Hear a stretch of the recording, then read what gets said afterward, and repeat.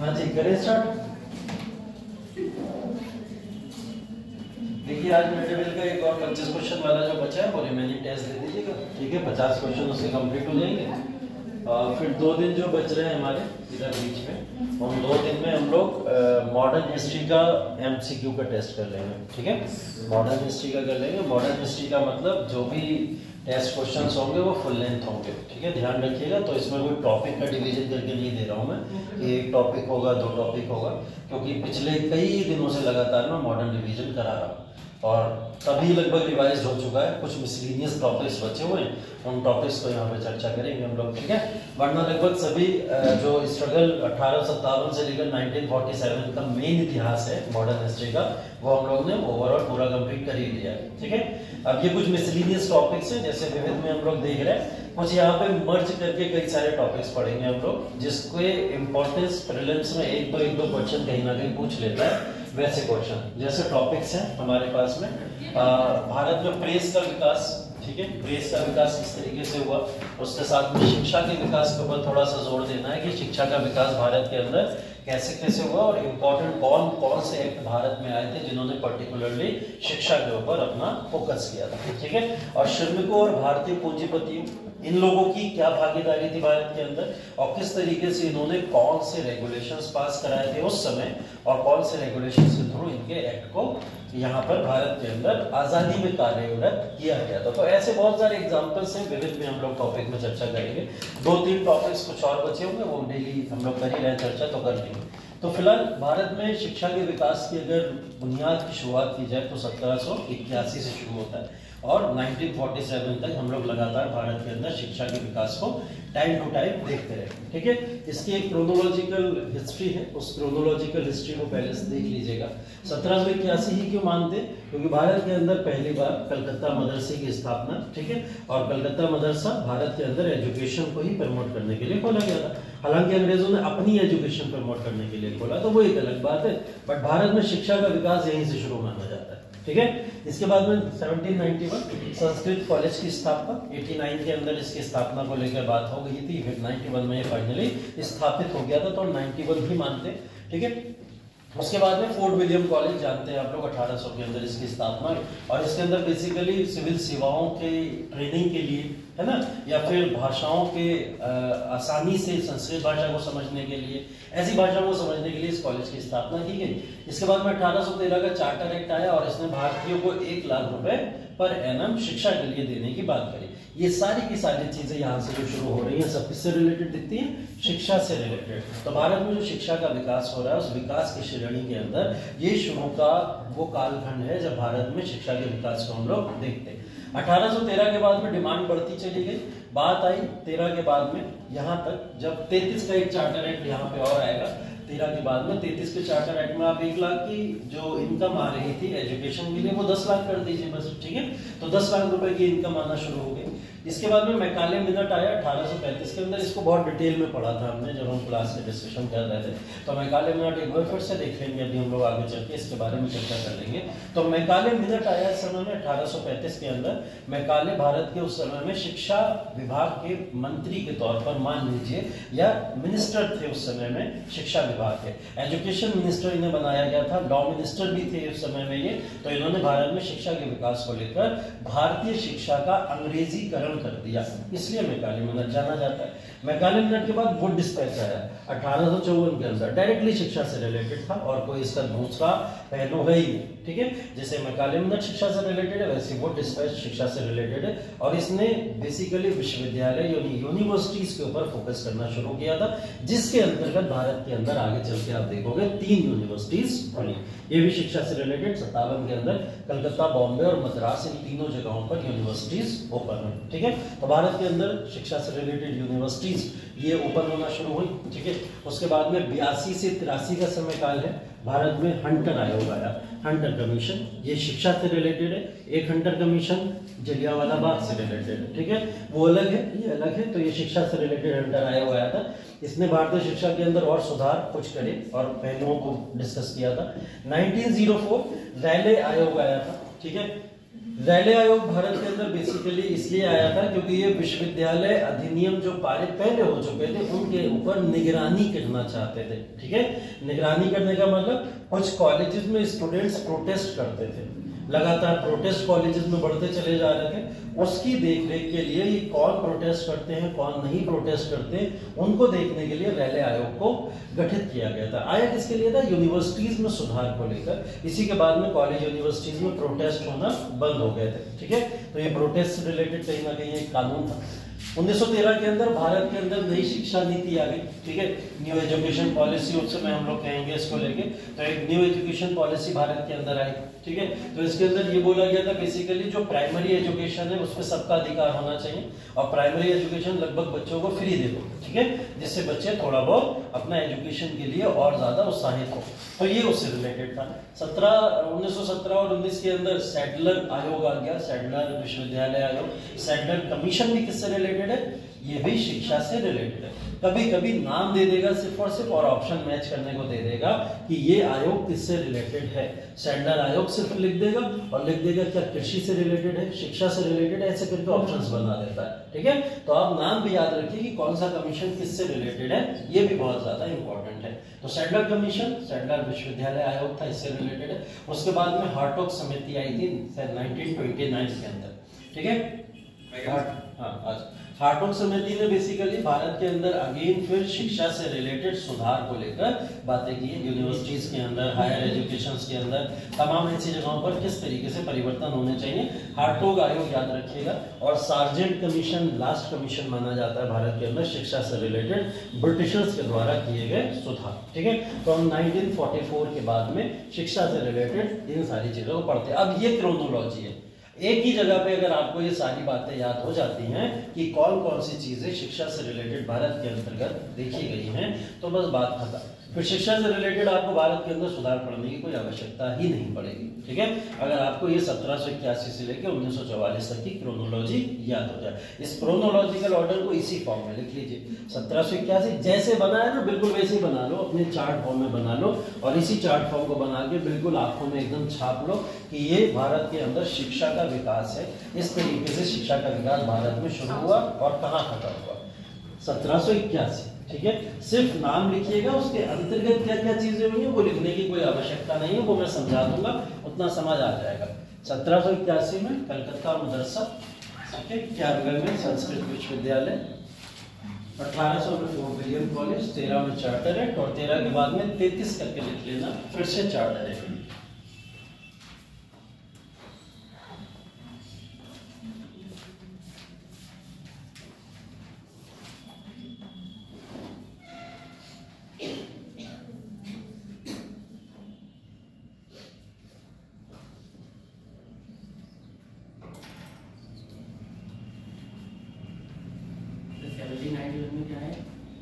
Sanskrit university,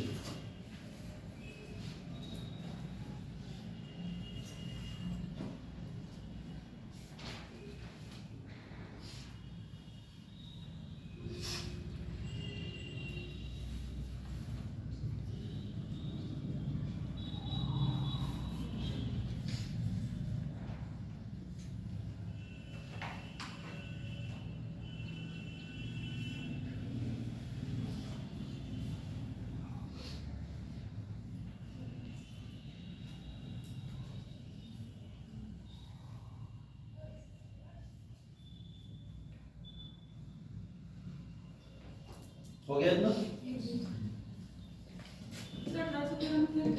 charter act लिख लो, 1 lakh per annum.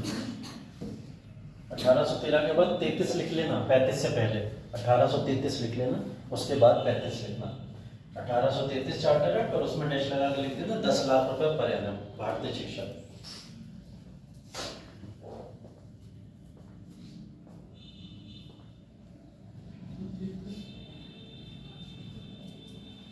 $1833 10 lakh per annum, उसके बाद में 35 लिखना। फिर मैकाले का स्मरण पत्र या मैकाले मिनट करके बोलते हैं इसको।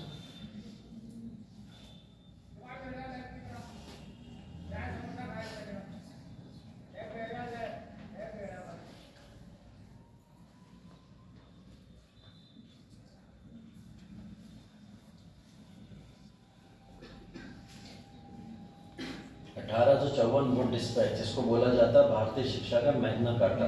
ठीक है, तो मैग्ना कार्टा का मतलब ये होता है कुछ बहुत इंपॉर्टेंट सुधार हुए होंगे इसके अंतर्गत, जिसकी वजह से इसको मैग्ना कार्टा बोला जाता है। तो ध्यान रखिए, वुड्स डिस्पैच घोषणा पत्र, वुड्स डिस्पैच घोषणा पत्र।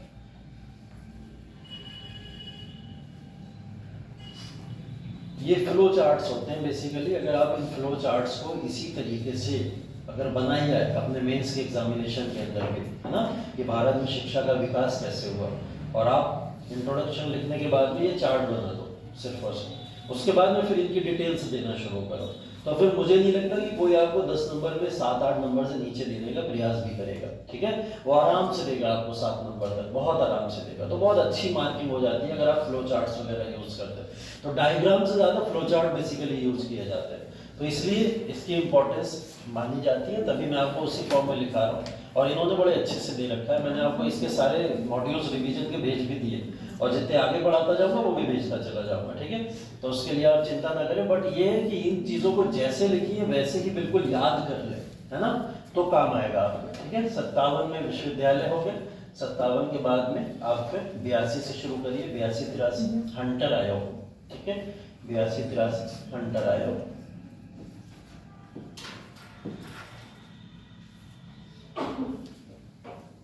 1904 में रैले आयोग, भारतीय विश्वविद्यालय अधिनियम आया था इस समय में।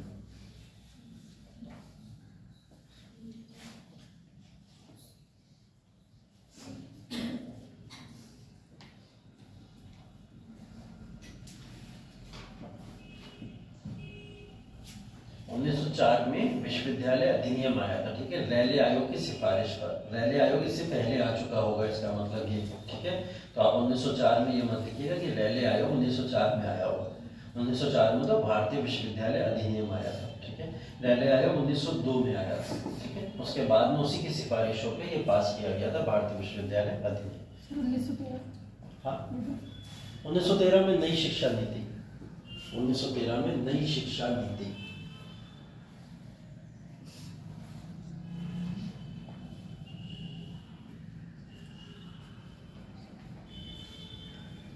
उन्नीस सौ 17-19 सैडलर आयोग, सैडलर कमीशन।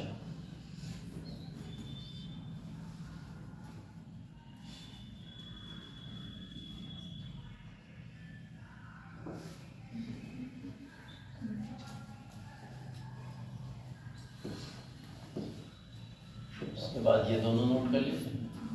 हार्टॉग समिति 1929 और 1944 सार्जेंट कमीशन।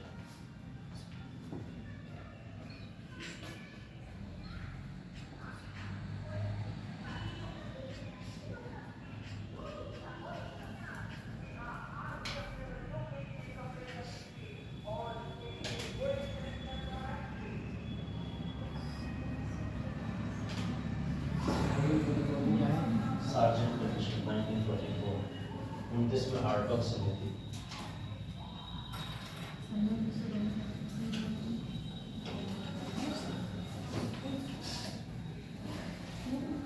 चलिए सब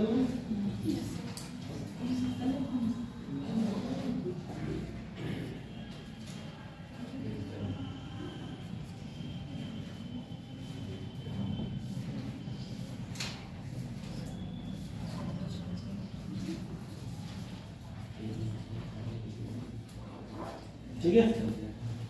चलिए फिर चर्चा करना शुरू करते हैं बेसिकली एक एक करके। जो इम्पोर्टेंट क्लॉजेस हैं इसमें उसकी बातें कर लेंगे। जैसे हमारे पास में मैकाले मिनट है, वो डिस्पैच है, इन सब की चर्चा कर लेते हैं। पढ़ा तो चुका हूँ मैं, फिर भी एक बार रिवाइज करा देता हूँ। मैकाले मिनट या मैकाले का स्मरण पत्र जब आया 1835 के अंदर, तो इसके अंदर बेसिकली जो इश्यूज शुरू हुए थे वो क्या के थे, ये बेसिकली एक आंग्लवादी थे और एक प्राच्यवादी लोग थे, ठीक है। मतलब बेसिकली हम बोले एक एंग्लिसिस्ट टाइप के लोग थे और एक ओरिएंटलिस्ट टाइप के लोग थे, ठीक है। और इसी से रिलेटेड थोड़ी बहुत हम लोग जो भाषाओं का डिवीजन है वो यहाँ पे देखते हैं। भारत के अंदर विवाद खड़ा कर दिया था मैकाले ने इस बात को लेकर कि भारत के अंदर जो शिक्षा है वो शिक्षा काफी ज्यादा पुरानी नीतियों के ऊपर चलती चली आई है।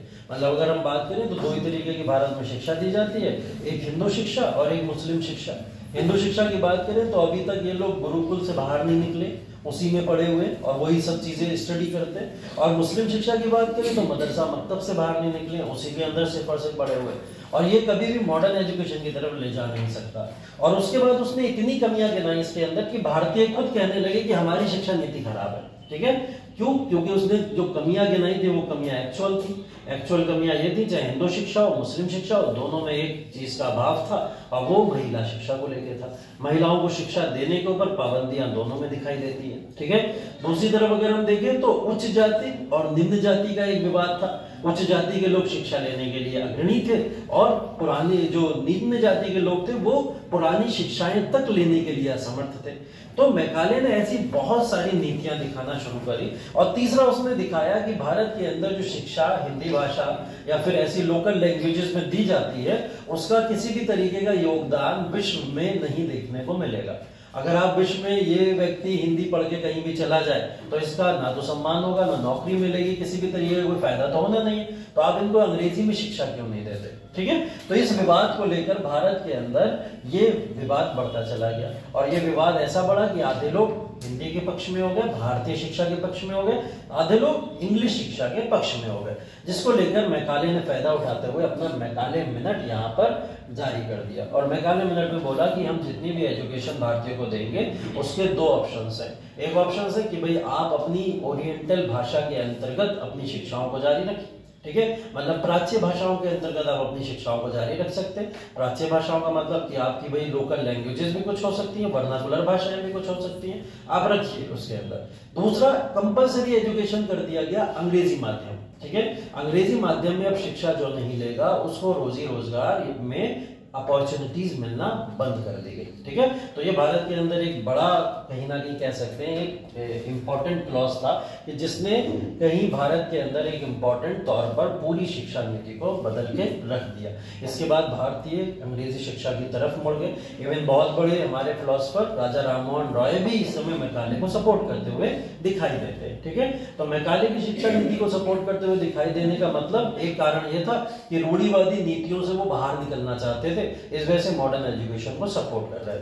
लेकिन मैकाले की नीयत इसमें खराब थी। मैकाले की नीयत ऐसे खराब थी कि मैकाले अंग्रेजी भाषा को भारत के अंदर जो थोपना चाहता था उसका ऑब्जेक्टिव बहुत अलग था। उसने लोगों को दिखाया जरूर कि गुरुकुल मदरसा जैसी शिक्षाओं से हम आपको मॉडर्नाइज करना चाहते हैं, आगे बढ़ाना चाहते हैं। एक्चुअल में उसका मतलब ये था कि आप बस स्किन और ब्लड से सिर्फ और सिर्फ भारतीय रह जाओ, बाकी पूरा का पूरा हम वेशभूषा बदल के रख देंगे, आपको अंग्रेजी बना के रख देंगे, ठीक है। तो उसने बाय थिंकिंग बाय थॉट भारतीयों को अंग्रेज बनाने की नीति यहाँ पर जारी की, ठीक है। क्योंकि भाई एक बात बहुत कह सकते हो कि जाहिर तौर पर दिखाई देती है कि कितने अंग्रेज बुला सकता था ब्रिटिशर्स भारत के अंदर, कितने बुला सकते थे। नौकरियां तो अंत में भारतीयों को ही देनी थी, है ना। तो भारतीय ही तो भारत के अंदर आर्मी में सर्व करेंगे, भारतीय ही तो सिविल सेवाओं में सर्व करेंगे, भारतीय ही तो डिपार्टमेंट्स में सर्व करेंगे। कितने अंग्रेज बुला लेगा, नहीं बुला सकते ना। तो भारतीयों को ही जब भारत में नौकरी करनी है तो क्यों ना भारतीयों को अंग्रेज बना लिया जाए, है ना। तो वो सोच बदलना चाहता था ऐसे करके, इसलिए मैकाले मिनट भारत के अंदर यहाँ पे आया, ठीक है। यहाँ पर एक वर्ड याद रखिएगा, डाउनवर्ड फिल्ट्रेशन थ्योरी, ठीक है। मैकाले मिनट के अंदर ये वर्ड यूज होता है, डाउनवर्ड फिल्ट्रेशन थ्योरी। इसका मतलब बेसिकली यही होता है कि जितनी भी प्राथमिक शिक्षा से उच्च शिक्षा की तरफ लोग जाते हैं तो उसको हम लोग बोलते हैं अपवर्ड फिल्ट्रेशन, ठीक है। यहाँ पे क्या हो रहा है, हायर एजुकेशन से ये लोअर एजुकेशन की तरफ जा रहा था। बोले हायर तो अंग्रेजी में है ही है, लोअर को भी अंग्रेजी में कर दो, ठीक है। तो ये बेसिकली क्या कहलाती है, डाउनवर्ड फिल्ट्रेशन थ्योरी का कहीं ना कहीं नाम कहलाता है। तो इस वजह से ये बेसिकली यहाँ पर विवाद क्रिएट हुआ था, जिसको लेके हम लोग बात कर रहे हैं मैकाले मिनट। वुड डिस्पैच देख लीजिए, इसको समझ लीजिए थोड़ा। वुड डिस्पैच के अंतर्गत जो बातें शुरू हुई थी, या वुड डिस्पैच के अंदर जो घोषणाएं हुई थी, उसके अंतर्गत कई सारी चीजें भारत के अंदर, यहाँ पर भारतीयों ने जो मैकाले मिनट में अस्वीकार की थी, उसके अंदर रिफॉर्म्स करने यहाँ पे शुरू किए गए थे, उसके अंदर सुधार करने यहाँ पे शुरू किए गए थे। जैसे भारत के अंदर यहाँ पर गांवों के अंदर स्थानीय भाषा के प्राथमिक विश्वविद्यालय, ठीक है भाई, विलेजेस के अंदर स्कूल्स ही होना बड़ी बात होती थी, है ना। और उस समय में वुड डिस्पैच ने एक नया आयाम ये दिया कि गांवों के अंदर हम स्थानीय भाषा के प्राथमिक विद्यालय खोलने की बातें करें। स्थानीय भाषा की भाई आपके स्थान के ऊपर मराठी अगर बोली जाती है तो हम आपको स्कूल किसमें देंगे, मराठी भाषा में देंगे। लोकल लैंग्वेजेस वर्नाकुलर भाषा के अंदर जहां पे जो व्यक्ति रहता है उसको उसी भाषा के अंदर स्कूल दे दो, ठीक है। तो ये लोकल भाषाओं के अंतर्गत यहाँ पर होने वाला। अंग्रेजी स्थानीय भाषा वाले हाई स्कूल, ठीक है, अंग्रेजी भी होगी और स्थानीय भाषा भी होगी, ऐसे कुछ हाई स्कूल्स खोले गए, ठीक है, जिन स्कूल्स को यहाँ पे पहले हाई स्कूल्स जो है बेसिकली उनको भी जाना जाता था जो 8th क्लास भी होता था, ठीक है, ध्यान रखिएगा बोर्ड के एग्जाम वहां भी होते थे। 8th class, 10th class, 12th class, ये सब बोर्ड्स होते थे उस समय में।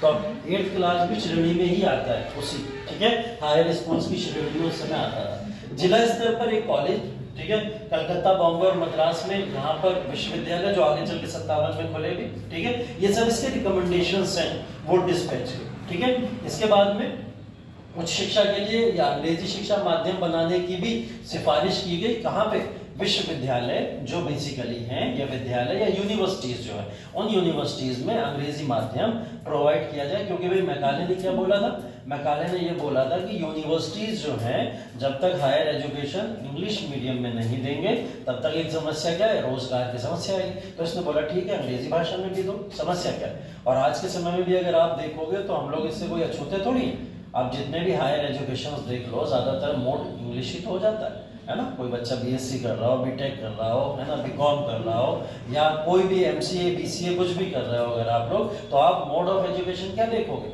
अंग्रेजी माध्यम, है ना। तो ज्यादातर चीजें सब अंग्रेजी माध्यम में क्यों दिखाई देती हैं, कारण यही है ना, क्योंकि हमें विश्व के साथ में भी तो कंपटीशन करना है। तो कहीं ना कहीं हायर एजुकेशन को वहां पर देखने की प्रयास किया गया, ठीक है। स्त्रियों की शिक्षाओं के ऊपर ज्यादा बढ़ावा दिया गया, ठीक है, और धर्मनिरपेक्ष शिक्षाओं को भी बढ़ावा देने का यहाँ पे प्रयास किया गया। धर्मनिरपेक्ष शिक्षाओं का मतलब ऐसा समझ लीजिए कि जब तक गुरुकुल थे तो सिर्फ और सिर्फ हिंदू धर्म के बारे में पढ़ाया जाता था, मदरसा था तो सिर्फ और सिर्फ मुस्लिम धर्म के बारे में पढ़ाया जाता था। तो ये धर्मनिरपेक्षता नहीं।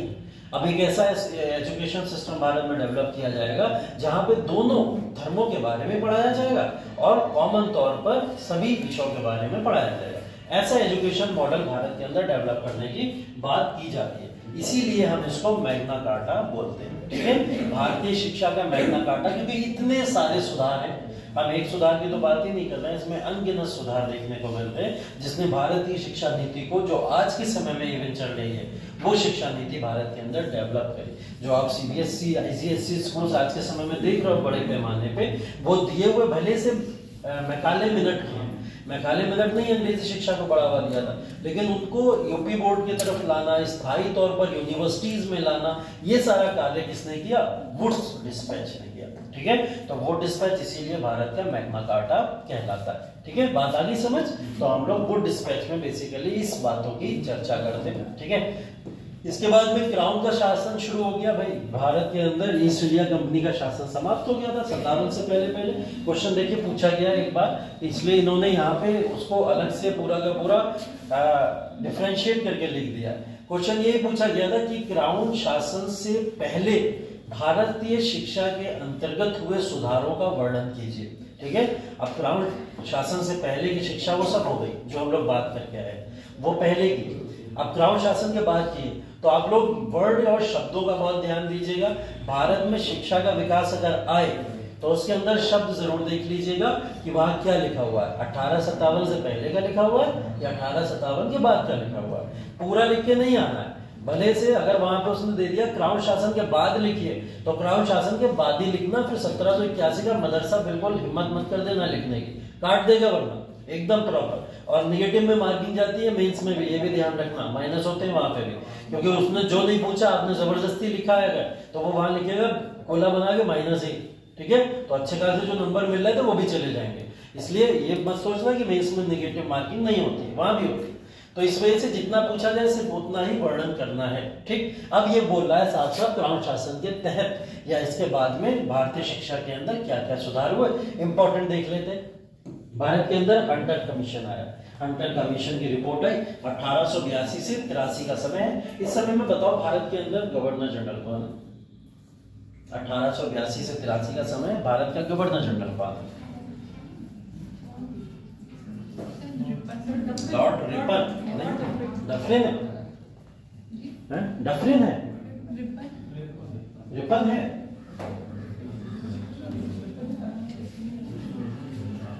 लॉर्ड लिटन और रिपन का समय काल बताएगा क्या था?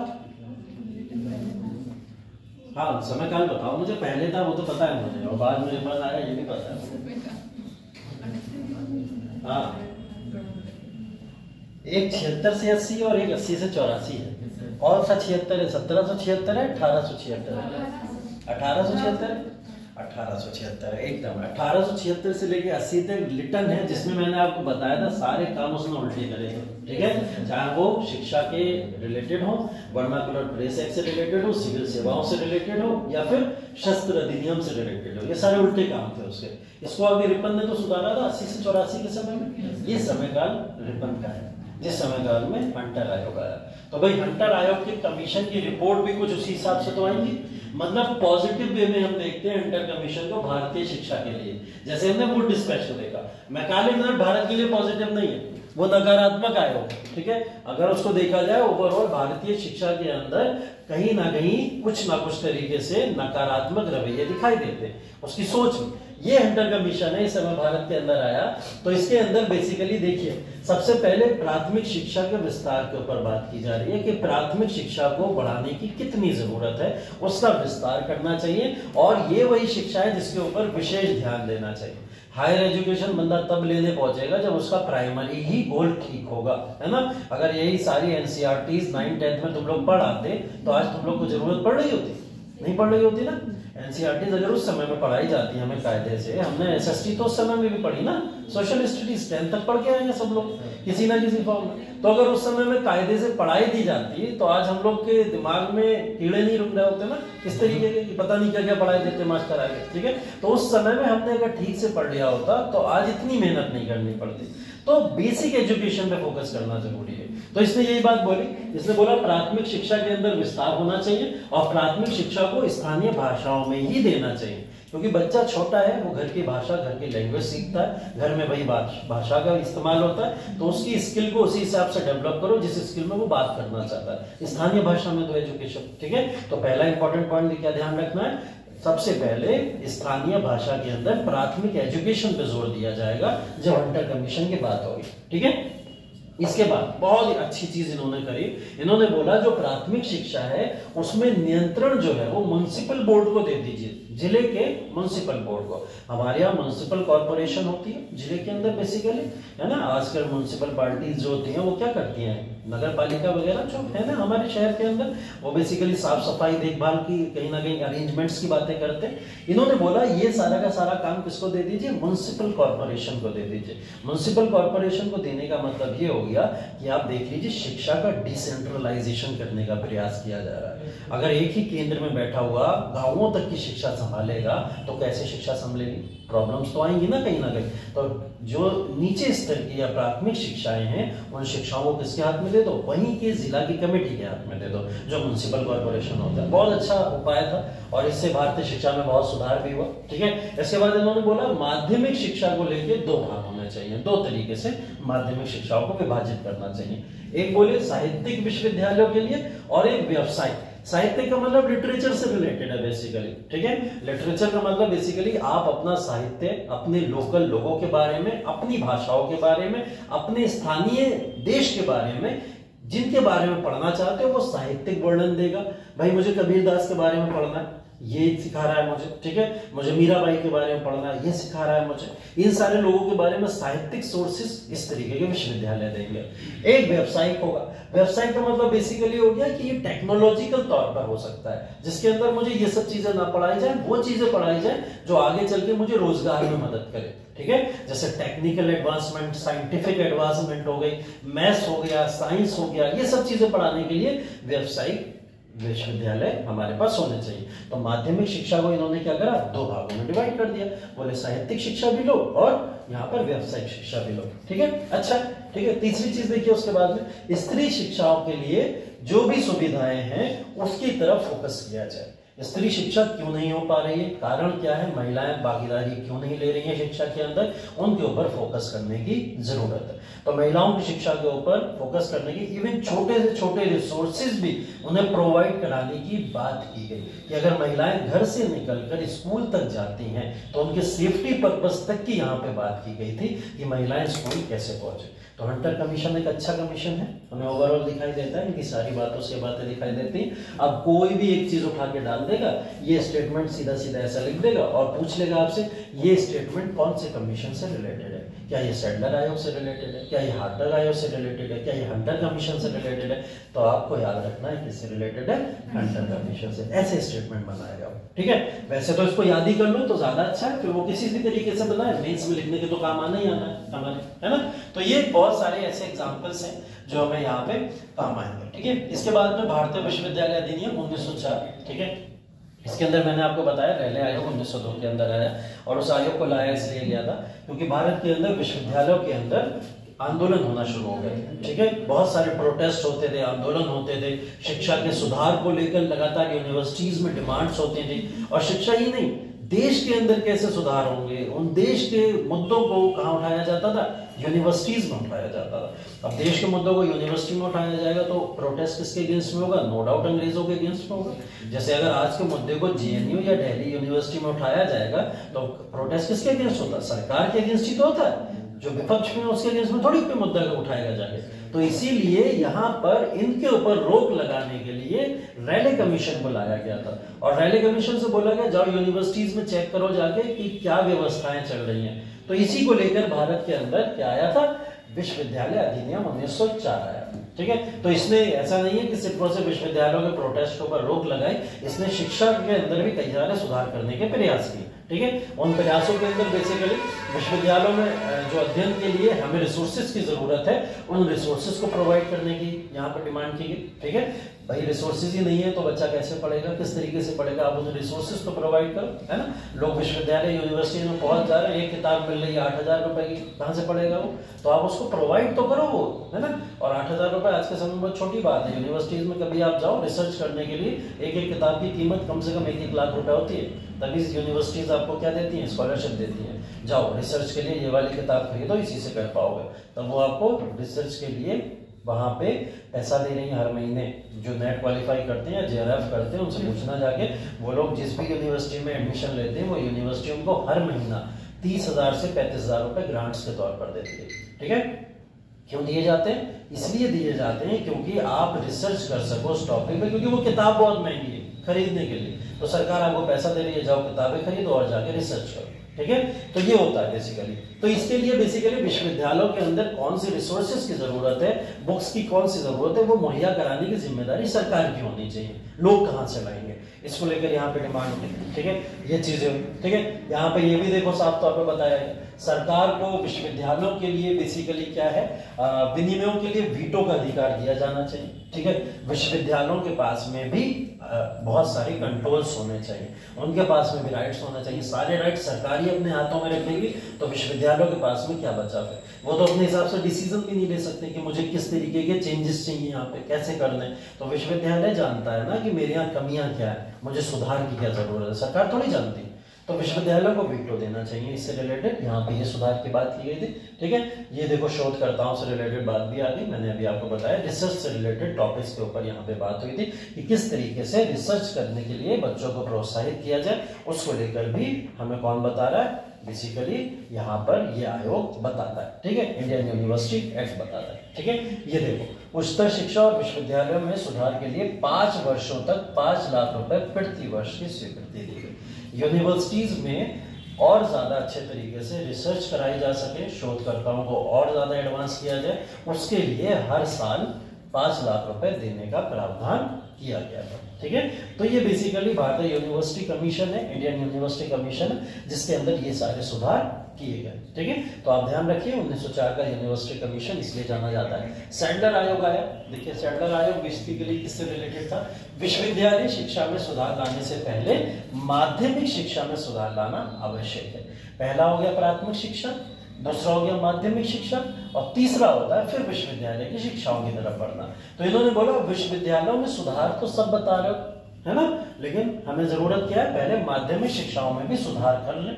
माध्यमिक शिक्षाओं के सुधार को लेकर इन्होंने बात की थी। ठीक है, जैसे स्कूल का पाठ्यक्रम 12 वर्षों का होना चाहिए। ठीक है, 12 वर्षों का टोटल ओवरऑल पाठ्यक्रम माध्यमिक शिक्षाओं से रिलेटेड स्कूली कक्षाओं के अंदर इन्होंने देने की बात कही, जिसमें विश्वविद्यालयों में 3 वर्ष के डिग्री पाठ्यक्रम में प्रवेश लेने से पहले विद्यार्थियों को मैट्रिक की जगह एक इंटरमीडिएट चरण से गुजरना चाहिए। ये देखो इंटरमीडिएट शुरू हो गया यहाँ से बेसिकली बोर्ड के एग्जाम के तौर पर। ठीक है, तो ये चरण से गुजरना बहुत जरूरी है। कई बार ऐसा होता था कि 10th क्लास पास भी क्या होते थे, वो ग्रेजुएट करने के लिए अप्लाई कर देते थे, उस समय में ऐसा भी होता था, है ना।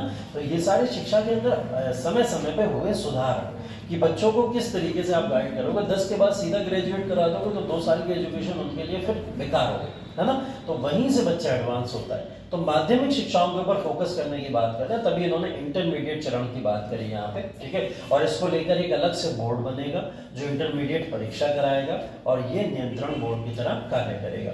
ये परीक्षा यहाँ से शुरू की जा रही है। अभी मैंने बोला था ना 8th एक बोर्ड होता था, फिर 10th एक बोर्ड होता था। ठीक है, अब इंटरमीडिएट भी एक बोर्ड होता है। ठीक है, तो ये शिक्षा का सुधार यहाँ पे हुआ, किसके दौरान हुआ था? सैडलर कमीशन से रिलेटेड है। ठीक है, इंटरमीडिएट की शिक्षा सैडलर कमीशन से रिलेटेड, शोधकर्ता भारतीय विश्वविद्यालय अधिनियम से रिलेटेड, प्राथमिक शिक्षा और माध्यमिक शिक्षा में विभाजन किससे रिलेटेड? हंटर कमीशन से रिलेटेड है। ठीक है, तो ये चीजें ध्यान रखनी है हमें बेसिकली। ठीक है, इसके बाद में विश्वविद्यालयों को एक केंद्रीय बेसिकली बोला गया कि विश्वविद्यालयों को क्या करना चाहिए, एक केंद्रीय शिक्षा के रूप में वर्गीकृत कर देना चाहिए। एक केंद्रीय का मतलब बेसिकली ये हो गया कि जितने भी विश्वविद्यालय हों सारे के सारे विश्वविद्यालय एक ही तरीके की शिक्षा देंगे। ठीक है, ये नहीं है कि वो अलग दे रहा है, वो कुछ अलग दे रहा है, वो कुछ अलग दे रहा है, सबको सेम एकीकृत करके ही एक केंद्रीय कर देना चाहिए। बाकी स्त्री शिक्षा, तकनीकी शिक्षा और शिक्षकों के प्रशिक्षण के लिए भी विस्तार करने की बात इसने की थी। स्त्री शिक्षा के लिए देखिए सब बात कर रहे हैं। हाँ,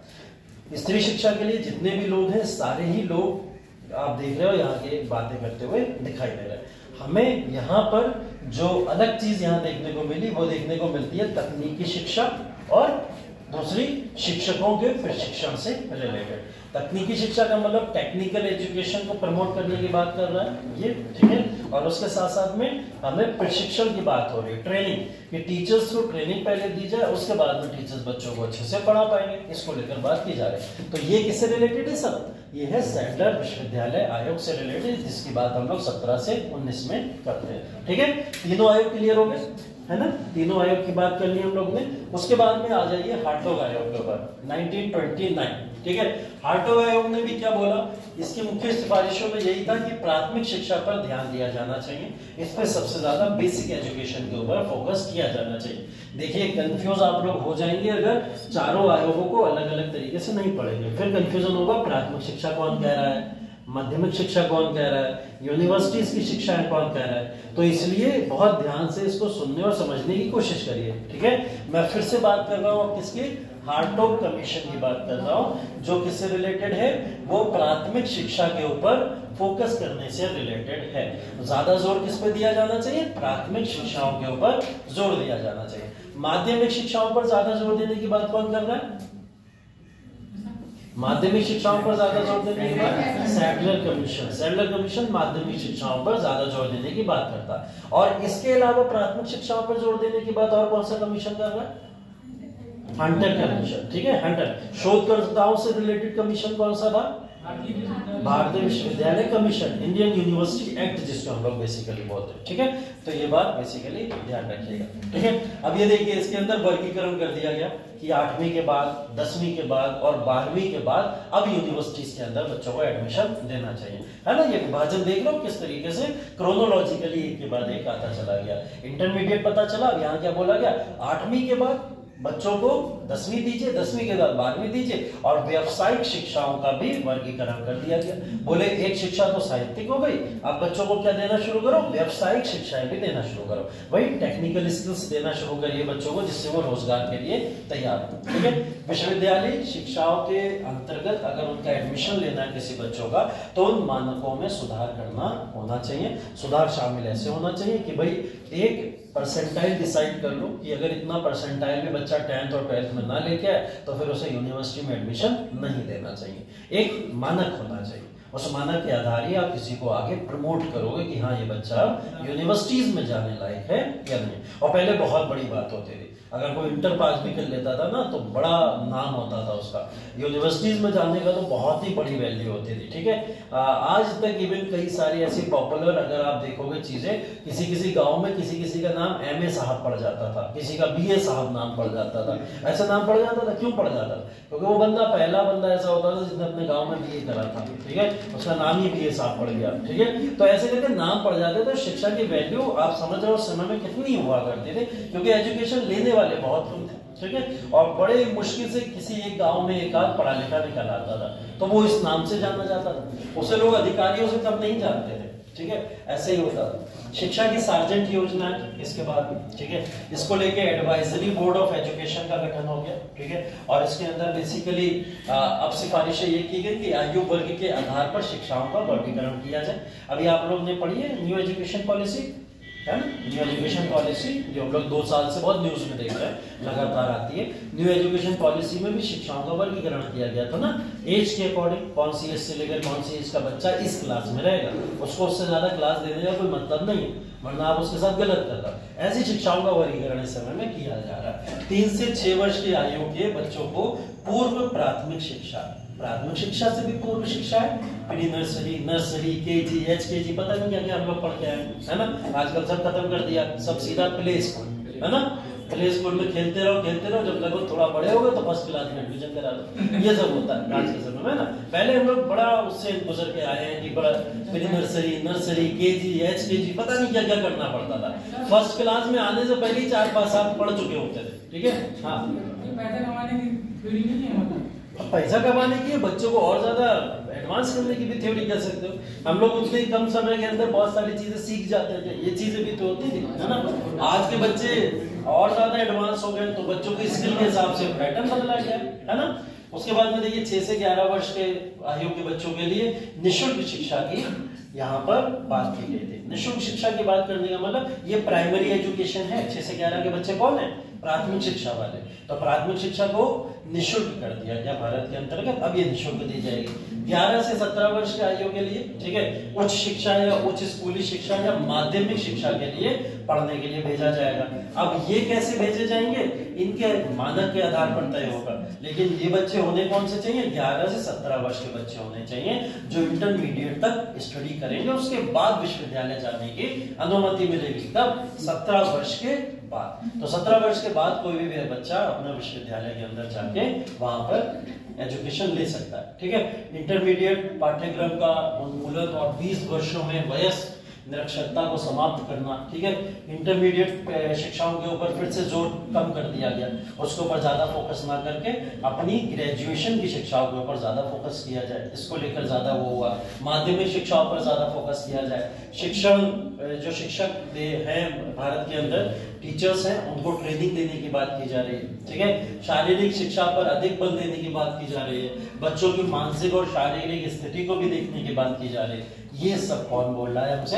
ये बोल रहा है सार्जेंट कमीशन। ठीक है, तो सार्जेंट कमीशन ने इस तरीके के प्रावधान शिक्षा के लिए भारत के अंदर किए और यही अंतिम कमीशन है। ये 4 आपको आयोग लिखने, अगर आपसे क्राउन शासन के अधीन पूछ ले, ठीक है, और क्राउन शासन से पहले पूछ ले, ईस्ट इंडिया कंपनी के दौर में पूछ ले, तब आप लोग 1781 से लेकर वहां तक लिख दोगे प्रॉपर तरीके से, वोट डिस्पैच तक। ठीक है, तो वो पूरे के पूरे कमीशन मैंने 2 तरीके से 2 भागों में आपको विभाजित करके पढ़ा दिया। ठीक है, तो ये भारत का पूरा शिक्षा का विकास है और इस शिक्षा के विकास की नीति को आप लोग इसी चार्ट के आधार पर याद रखिएगा, है ना। और ये रिवीजन के लिए मैं दे दूंगा, आप घर पे जाके भी इसकी स्टडी कर लीजिएगा, एक बार फिर से इसको पढ़ लीजिएगा। ठीक है, 1937 में एक चीज और हुई थी जिसको लेके आज भी चर्चाएं होती है। ठीक है, बुनियादी शिक्षा, बेसिकली जो हमारी स्ट्रक्चरल एजुकेशन है, जिसको लेकर बुनियाद बनती है शिक्षा की, उसको बुनियादी शिक्षा की वर्धा योजना बोला जाता था। 1937 के अंतर्गत ये भारत के अंदर आई थी। ठीक है, इसको थोड़ा सा अलग इसलिए कर दिया गया तमाम चीजों से क्योंकि इसके अंदर थोड़े प्रावधान भी अलग है और थोड़ा लॉजिक भी इसके अंदर अलग है। ठीक है, यहाँ पर देखिए कुछ चीजें की जा रही है। यहाँ पर पहली चीज ये देखिए, प्रथम 7 वर्षों की जो स्कूली शिक्षा है वो मातृभाषा में हो, निःशुल्क हो और अनिवार्य। ठीक है, ये वर्धा योजना है। वर्धा योजना की आज भी बात की जाती है कि अगर वर्धा योजना के आधार पर आज भी शिक्षा में अगर हम लोग काम करें तो हम अपनी शिक्षा को बहुत ही हद लेवल पे इम्प्रूव कर सकते हैं। क्यों? पहला ही कारण देख लीजिए, प्रथम 7 वर्षों की स्कूली शिक्षा मातृभाषा में हो गई। भाई बच्चा अपनी मातृभाषा में सीख रहा है ना, और अच्छा सीख रहा होगा, उसको खुद उसकी लोकल लैंग्वेज मिल रही है। दूसरी, निःशुल्क मिल रही है, तो कोई बहाना नहीं किसी तरीके का कि मुझ पर पैसा नहीं है, मैं बच्चों को पढ़ा नहीं सकता, तो निःशुल्क शिक्षा मिल रही है। और तीसरा क्या कर दिया गया? अनिवार्य। अनिवार्य है भाई, आप ऑप्शन ही नहीं है आपके पास कि आप बहाना बना सको कि मैं शिक्षा नहीं ले सकता, ये कारण वो कारण नहीं, अनिवार्य है, आपको लेना ही पड़ेगी, कंपल्सरी एजुकेशन। ठीक है, तो वर्धा योजना के अंदर ये बात की गई। ठीक है, पाठ्यक्रम में किसी आधारभूत हस्तशिल्प का समावेश किया जाए। ठीक है, आधारभूत हस्तशिल्प को आप बेसिकली ऐसे ले लो, किसी ना किसी आर्ट फॉर्म को वहां पर इनिशिएट कर दीजिए, प्रैक्टिकल फॉर्म्स को इनिशिएट कर दीजिए। ऐसी कुछ फॉर्म्स को इनिशिएट करने की बात वहां पे की जा रही है। भाई प्रैक्टिकल जरूरी है ना शिक्षा के लिए, तो ऐसे शिक्षाओं के लिए प्रैक्टिकलिटी को इन्वॉल्व करने की बात की जा रही है। दूसरी चीज भी ठीक है, चलो अच्छा है। तीसरी चीज, कक्षा 2 से लेकर कक्षा 7 तक हिंदी माध्यम में शिक्षा हो और कक्षा 8 के बाद केवल अंग्रेजी में शिक्षा दी जानी चाहिए। ठीक है, ये उस समय के दौर की जरूरत थी। जरूरत ऐसे की थी कि कक्षा 2 से 7 तक तो हिंदी माध्यम अपनी लोकल भाषाओं के अंतर्गत वह शिक्षा ले रहे लोग, लेकिन 7 के बाद में शिक्षा अंग्रेजी माध्यम में क्यों कर दी गई? क्योंकि यूनिवर्सिटीज में जब पहुंचोगे तो अंग्रेजी ही पढ़नी है ना, वो तो कंपलसरी भी पीछे देखते हैं हम लोग कि अंग्रेजी भाषा में ही यूनिवर्सिटीज दिखा रही हैं, सारे के सारा एजुकेशन मिल रहा है। और यूनिवर्सिटीज में जब अंग्रेजी भाषा जाके पढ़ोगे तभी जाके आपको रोजगार मिलेगा, तो क्यों ना पहले से ही तैयार कर लो अपने आप को। तो इन्होंने क्या बोला कि कंपलसरी एजुकेशन यहाँ पे कर देनी चाहिए इसको लेकर। ठीक है, सेवा के माध्यम से विद्यालयों के आसपास के समुदायों से संपर्क स्थापित करना चाहिए। ठीक है, सर्विसेज के तौर पर लोगों से 1 to 1 जाकर कम्युनिकेशन कर उनके साथ में आपको बच्चों के एजुकेशन के प्रति और ज्यादा उनको मोटिवेट करने की जरूरत है। ये वर्धा योजना थी उस समय की, जिसको वहां पर उस समय लागू नहीं किया जा सका। ठीक है, तो हम तो रिफॉर्म्स की बात कर रहे थे अभी तक, जितने भी रिफॉर्म्स हुए, ये योजना लागू नहीं हो पाई भारत में। ठीक है, भारत में लागू नहीं हो पाई, इसकी डिमांड बहुत टाइम उठी और आज भी कहीं ना कहीं उठती रहती है, बहुत जगहों पे उठती रहती है, लेकिन ये लागू नहीं हो सकी। लागू ना होने के कारण सबसे बड़े यही थे कि यहाँ पे अंग्रेजी शिक्षा को इन्वॉल्व कर दिया गया कि कक्षा 8 के बाद में अंग्रेजी शिक्षा कंपलसरी कर दी जाए। तो इसको लेकर विवाद हुआ, जिसको लेकर वर्धा योजना भारत के अंदर लागू नहीं हो सकी। ठीक है, तो ये वर्धा योजना से रिलेटेड योजना है जिसकी बात हम लोग करते हैं।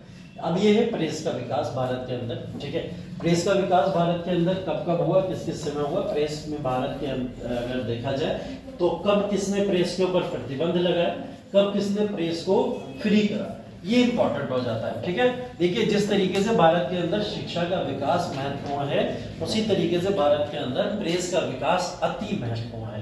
अति महत्वपूर्ण मैं इसलिए बोल रहा हूं क्योंकि ये प्रेस ही है जिसने भारत की स्वतंत्रता संग्राम में सबसे बड़ा योगदान अपना दिया। ठीक है, कारण क्या है?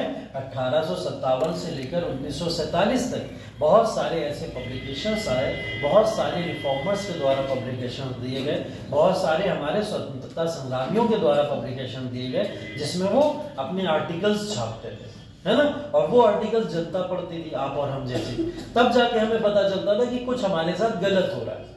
ठीक है, बहुत सारी चीजें गलत होती हैं और हमें उसका रियलाइजेशन तब तक नहीं होता है जब तक हमें कोई आगे बताना नहीं होता है ना। ऐसा अभी भी हमारे जीवन में बहुत सारी बातें ऐसी होंगी, है ना, हम लोग कर रहे हैं, हमें तो लग रहा होगा कि भाई ये तो हिस्सा है हमारे जीवन का, लेकिन बाद में पता चलेगा जब आगे कल को कोई बताएगा ये तो गलत है, तब हम समझेंगे कि नहीं ये तो गलत है। फॉर एग्जाम्पल आप समझ लीजिए, जैसा हम लोग सती प्रथा की बात करते हैं, सती प्रथा उस समय इतनी आम थी कि सब लोग उसको मानते थे कि ठीक है, ये तो परंपरा का हिस्सा है, ऐसा तो करना ही होता है, ये तो ठीक ही।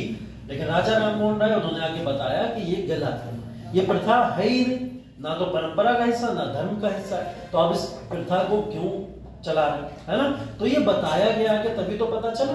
तो इसी तरीके से बताना बहुत जरूरी होता है, और बताने के लिए सबसे बड़ा साधन हमारे पास में क्या है, प्रेस। तो प्रेस के थ्रू पूरी जनता को पता चला कि हमें स्वतंत्रता संग्राम को क्रिएट करने की जरूरत है। और भाई स्वतंत्रता संग्राम का मतलब ही क्या हो गया, अंग्रेजों के विरुद्ध जाना, है ना, ब्रिटिशर्स के अगेंस्ट में जाना। और आप ब्रिटिशर्स के अगेंस्ट में जाओगे, ब्रिटिशर्स ही भारत के अंदर प्रेस संचालित कर रहे हैं, तो वो तो प्रेस के ऊपर लगाएंगे रेगुलेशन, है ना। तो कई तरीके के रेगुलेशंस भारत के अंदर लगे, बहुत सारे तरीके के लगातार सुधार भी प्रेस के अंदर देखने को मिले, उसी का एक पूरा का पूरा विकास आपको देखने को यहाँ मिलेगा। ठीक है, ये सेंसरशिप कानून 1799 का इंपॉर्टेंट कानून है, क्योंकि इस समय में भारत पर यहाँ पर ऐसा अंदाजा था कि फ्रांसीसी आक्रमण हो सकता है, और फ्रांसीसी आक्रमण का दौर भी हमने देखा। भारत के अंदर फ्रांसीसी आक्रमण का दौर भी इस वजह से देखा जाता क्योंकि लगातार विश्व युद्ध छिड़ते रहे और ऐसे कई सारे वॉर होते रहे, जिसके मद्देनजर ध्यान में रखते हुए क्या लगा दिया गया, सेंसरशिप, प्रेस की सेंसरशिप लगा दी गई, क्योंकि फ्रांस से रिलेटेड बहुत सारे आर्टिकल भारत में छपना शुरू हो गए थे। ठीक है, कुछ लोग फ्रांसीसी समर्थित लोग दिखाई देने लगे भारत के अंदर, जिसको लेकर क्या हुआ, सेंसरशिप लगा दी गई प्रेस के ऊपर 1799 में। कौन रहा होगा वाइसराय, गवर्नर जनरल, वेलेस्ली। ठीक है, वेलेस्ली रहा होगा इस समय, 1799 की बात है। लाइसेंसिंग विनियमन 1823 की बात हो रही है। ठीक है, यहाँ पे बेसिकली क्या होता, ये जॉन एडम्स के द्वारा लागू किया गया था। ध्यान रखिएगा, जॉन एडम्स का नाम आपने अभी तक नहीं सुना, कभी नहीं सुना। इस समय ये कार्यवाहक गवर्नर जनरल के तौर पर कार्य कर रहे थे भारत के अंदर। ठीक है, तो कार्यवाहक गवर्नर जनरल ने एक लाइसेंसिंग विनियमन लागू किया। इसका मतलब बेसिकली ये था, लाइसेंस के बिना प्रेस की शुरुआत करना या प्रेस चलाना दंडनीय अपराध माना जाएगा। ठीक है, तो आप किसी भी तरीके का कोई पब्लिकेशन तभी कर सकते हो जब प्रेस आपको कैसी लीगल अथॉरिटी के तौर पर चलाने का अधिकार दे। ठीक है, और इसी के समय में राजा राम मोहन राय का मरातुल अखबार चला करता था जो, ठीक है, उसके प्रकाशन को रोकना पड़ गया था। ठीक है, ये नहीं पूछा जाएगा आपसे कि यहाँ पर कौन सा अधिनियम था, कौन सा सेंसरशिप आयोग था, या कौन सा लाइसेंसिंग था, ये नहीं पूछा जाएगा। मरातुल अखबार को रोका किस समय में किया था, इसको आपसे पूछ लिया जा सकता है। ठीक है, तब आपको याद होना चाहिए कि लाइसेंसिंग विनियमन 1823 के समय में लागू किया गया था, किसके द्वारा, जॉन एडम्स के द्वारा। ठीक है, ये एक इंपॉर्टेंट फैक्ट है जो आपके काम आएगा। 1835, ठीक है, ये प्रेस अधिनियम, मैडकॉफ अधिनियम भी बोलते हैं हम लोग, आपको याद ही है। मैडकॉफ का नाम हम जब भी पढ़ते हैं, एक ही साल के लिए वाइसराय के तौर पर हम इन्हें देखते हैं, और इसीलिए देखते हैं कि लिबरेटर ऑफ प्रेस या प्रेस के स्वतंत्रता के जनक के तौर पर ये जाने जाते हैं। तो प्रेस के लिबरेटर के तौर पर मैडकॉफ को जाना जाता है। क्यों जाना जाता है, क्योंकि इन्होंने इसी समय में 1835 का प्रेस अधिनियम लाए थे, और इन्होंने वो सारे अध्यादेश रद्द कर दिए जैसे 1823 का, है ना, उससे पहले का, कि सेंसरशिप लगा दो, विनियमन लगा दो भारतीयों के ऊपर। नहीं, उन्होंने बोला आपको आजादी है, उदारवादी नीति अपनाई, उन्होंने बोला भारतीय जो चाहे वो अपने आर्टिकल्स में छाप सकते हैं, हमें ऐतराज नहीं है। तो इनको क्या बोला गया, इसीलिए लिबरेटर ऑफ प्रेस, प्रेस को फ्री करने वाले व्यक्ति के तौर पर जाने जाते हैं। क्यों जाने जाते हैं, 1835 का प्रेस अधिनियम इन्होंने दिया था। ठीक है, लाइसेंसिंग अधिनियम 1857 में आया। ये तो बेसिकली आप समझ ही रहे होंगे, 1857 के विद्रोह की प्रतिक्रिया। ठीक है, इस समय में बहुत सारे आर्टिकल छपते थे, बहुत सारी चीजें होती थी, तो उसके ऊपर भी रोक लगाना जरूरी थी। ठीक है, तो ऐसी चीजों के ऊपर रोक लगाने के लिए इसको लाया गया था। ठीक है। पंजीकरण अधिनियम आया 1867 के अंदर, ठीक है। इसने बेसिकली मेटकॉफ अधिनियम को ही प्रतिस्थापित किया था, ठीक है। ये बेसिकली कह सकते हो आप कि इसने अगेंस्ट सेंसरशिप लगाना या फिर से रेगुलेशंस लगाना भारतीयों के ऊपर प्रेस के तौर पर शुरू कर दिया। तो ये पंजीकरण अधिनियम है, मतलब बेसिकली पंजीकरण का मतलब क्या है, अगर प्रेस चलानी है तो आगे रजिस्ट्रेशन कराओ, ठीक है, अन्यथा प्रेस चलाने का कोई भी आपको अधिकार नहीं है। ये वैसा ही हो गया कि अगर आपको हथियार रखने हैं तो शस्त्र अधिनियम के तहत रजिस्ट्रेशन कराओ, ठीक है, अदरवाइज आपको हथियार नहीं रखने दिए जाएंगे। ऐसे ही प्रेस से रिलेटेड कर दिया गया, ठीक है। तो समय समय पे ऐसे बहुत सारे आते रहे और चीजें बदलती रही, होती रही, ठीक है। स्वतंत्रता आंदोलन को दबाने के लिए जो विनियमन भारत के अंदर लागू किए गए, उसके अंदर आप एक एग्जाम्पल के तौर पर सबसे पहले लॉर्ड लिटन को मानोगे, ठीक है, क्योंकि लॉर्ड लिटन ने ही भारत के अंदर स्वतंत्रता के विकास को सबसे पहले कह सकते हैं हम रोकने का प्रयास किया। वर्नाकुलर प्रेस एक्ट है ना, सब जानते हैं, हमने पढ़ा इसके बारे में। वर्नाकुलर प्रेस एक्ट को इसने रोकने का प्रयास किया था 1878 के अंदर, जिसको लेकर यहाँ पे बहुत सारी प्रॉब्लम्स हुई थी, ठीक है। तो ये बेसिकली नाम आपको याद रखना है, नाम ये याद रखना है, गैगिंग एक्ट के नाम से जाना जाता था। गैगिंग एक्ट नहीं सुना है शब्द आपने अभी तक, तो इस शब्द को ध्यान रख लीजिएगा, ठीक है।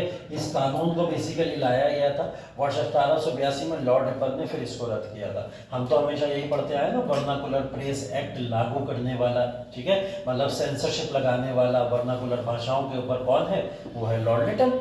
उसने वर्नाकुलर प्रेस एक्ट को लाया था, इस तरीके से जानते हैं हम लोग। लेकिन इसी को हम लोग क्या बोल रहे हैं, गैगिंग एक्ट के नाम से जानते हैं, जिसने वर्नाकुलर भाषाओं के ऊपर सेंसरशिप लगाने का कार्य किया था। तो एक शब्द यहाँ से मिलता है आपको, ये इंपॉर्टेंट आपके लिए, तो ध्यान रखिएगा इसको, ठीक है। बाकी बहुत सारे कुछ और भी चीजें इसके अंदर टाइम टू टाइम आती नहीं, ठीक है, उसका तो विकास है। ये देख लीजिए, ये इंपॉर्टेंट है आपके लिए, क्योंकि ये वही चीजें हैं प्रेस से रिलेटेड है। उस समय में मैं आपको बता रहा हूँ जो प्रेस का विकास है, उसके अंतर्गत कितने सारे समाचार पत्र पत्रिकाओं का यहाँ पर संपादन हुआ करता था, और यही सारी चीजें जिन्होंने भारतीय आजादी में अपना एक बहुत बड़ा और महत्वपूर्ण योगदान दिया, ठीक है। अब इन सारे के सारे समाचार पत्र, प्रकाशन और स्थान और साथ साथ में संपादक का नाम क्या है, ये याद करना जिम्मेदारी है आपकी, ठीक है, क्योंकि ये याद करने वाली चीजें फैक्चुअल चीजें हैं, ये आपको याद करनी ही पड़ेगी। कि बंगाल गजट अगर 1780 में आया कलकत्ता के अंदर, तो उसको जेम्स ऑक्सफोर्ड ही लाया होगा।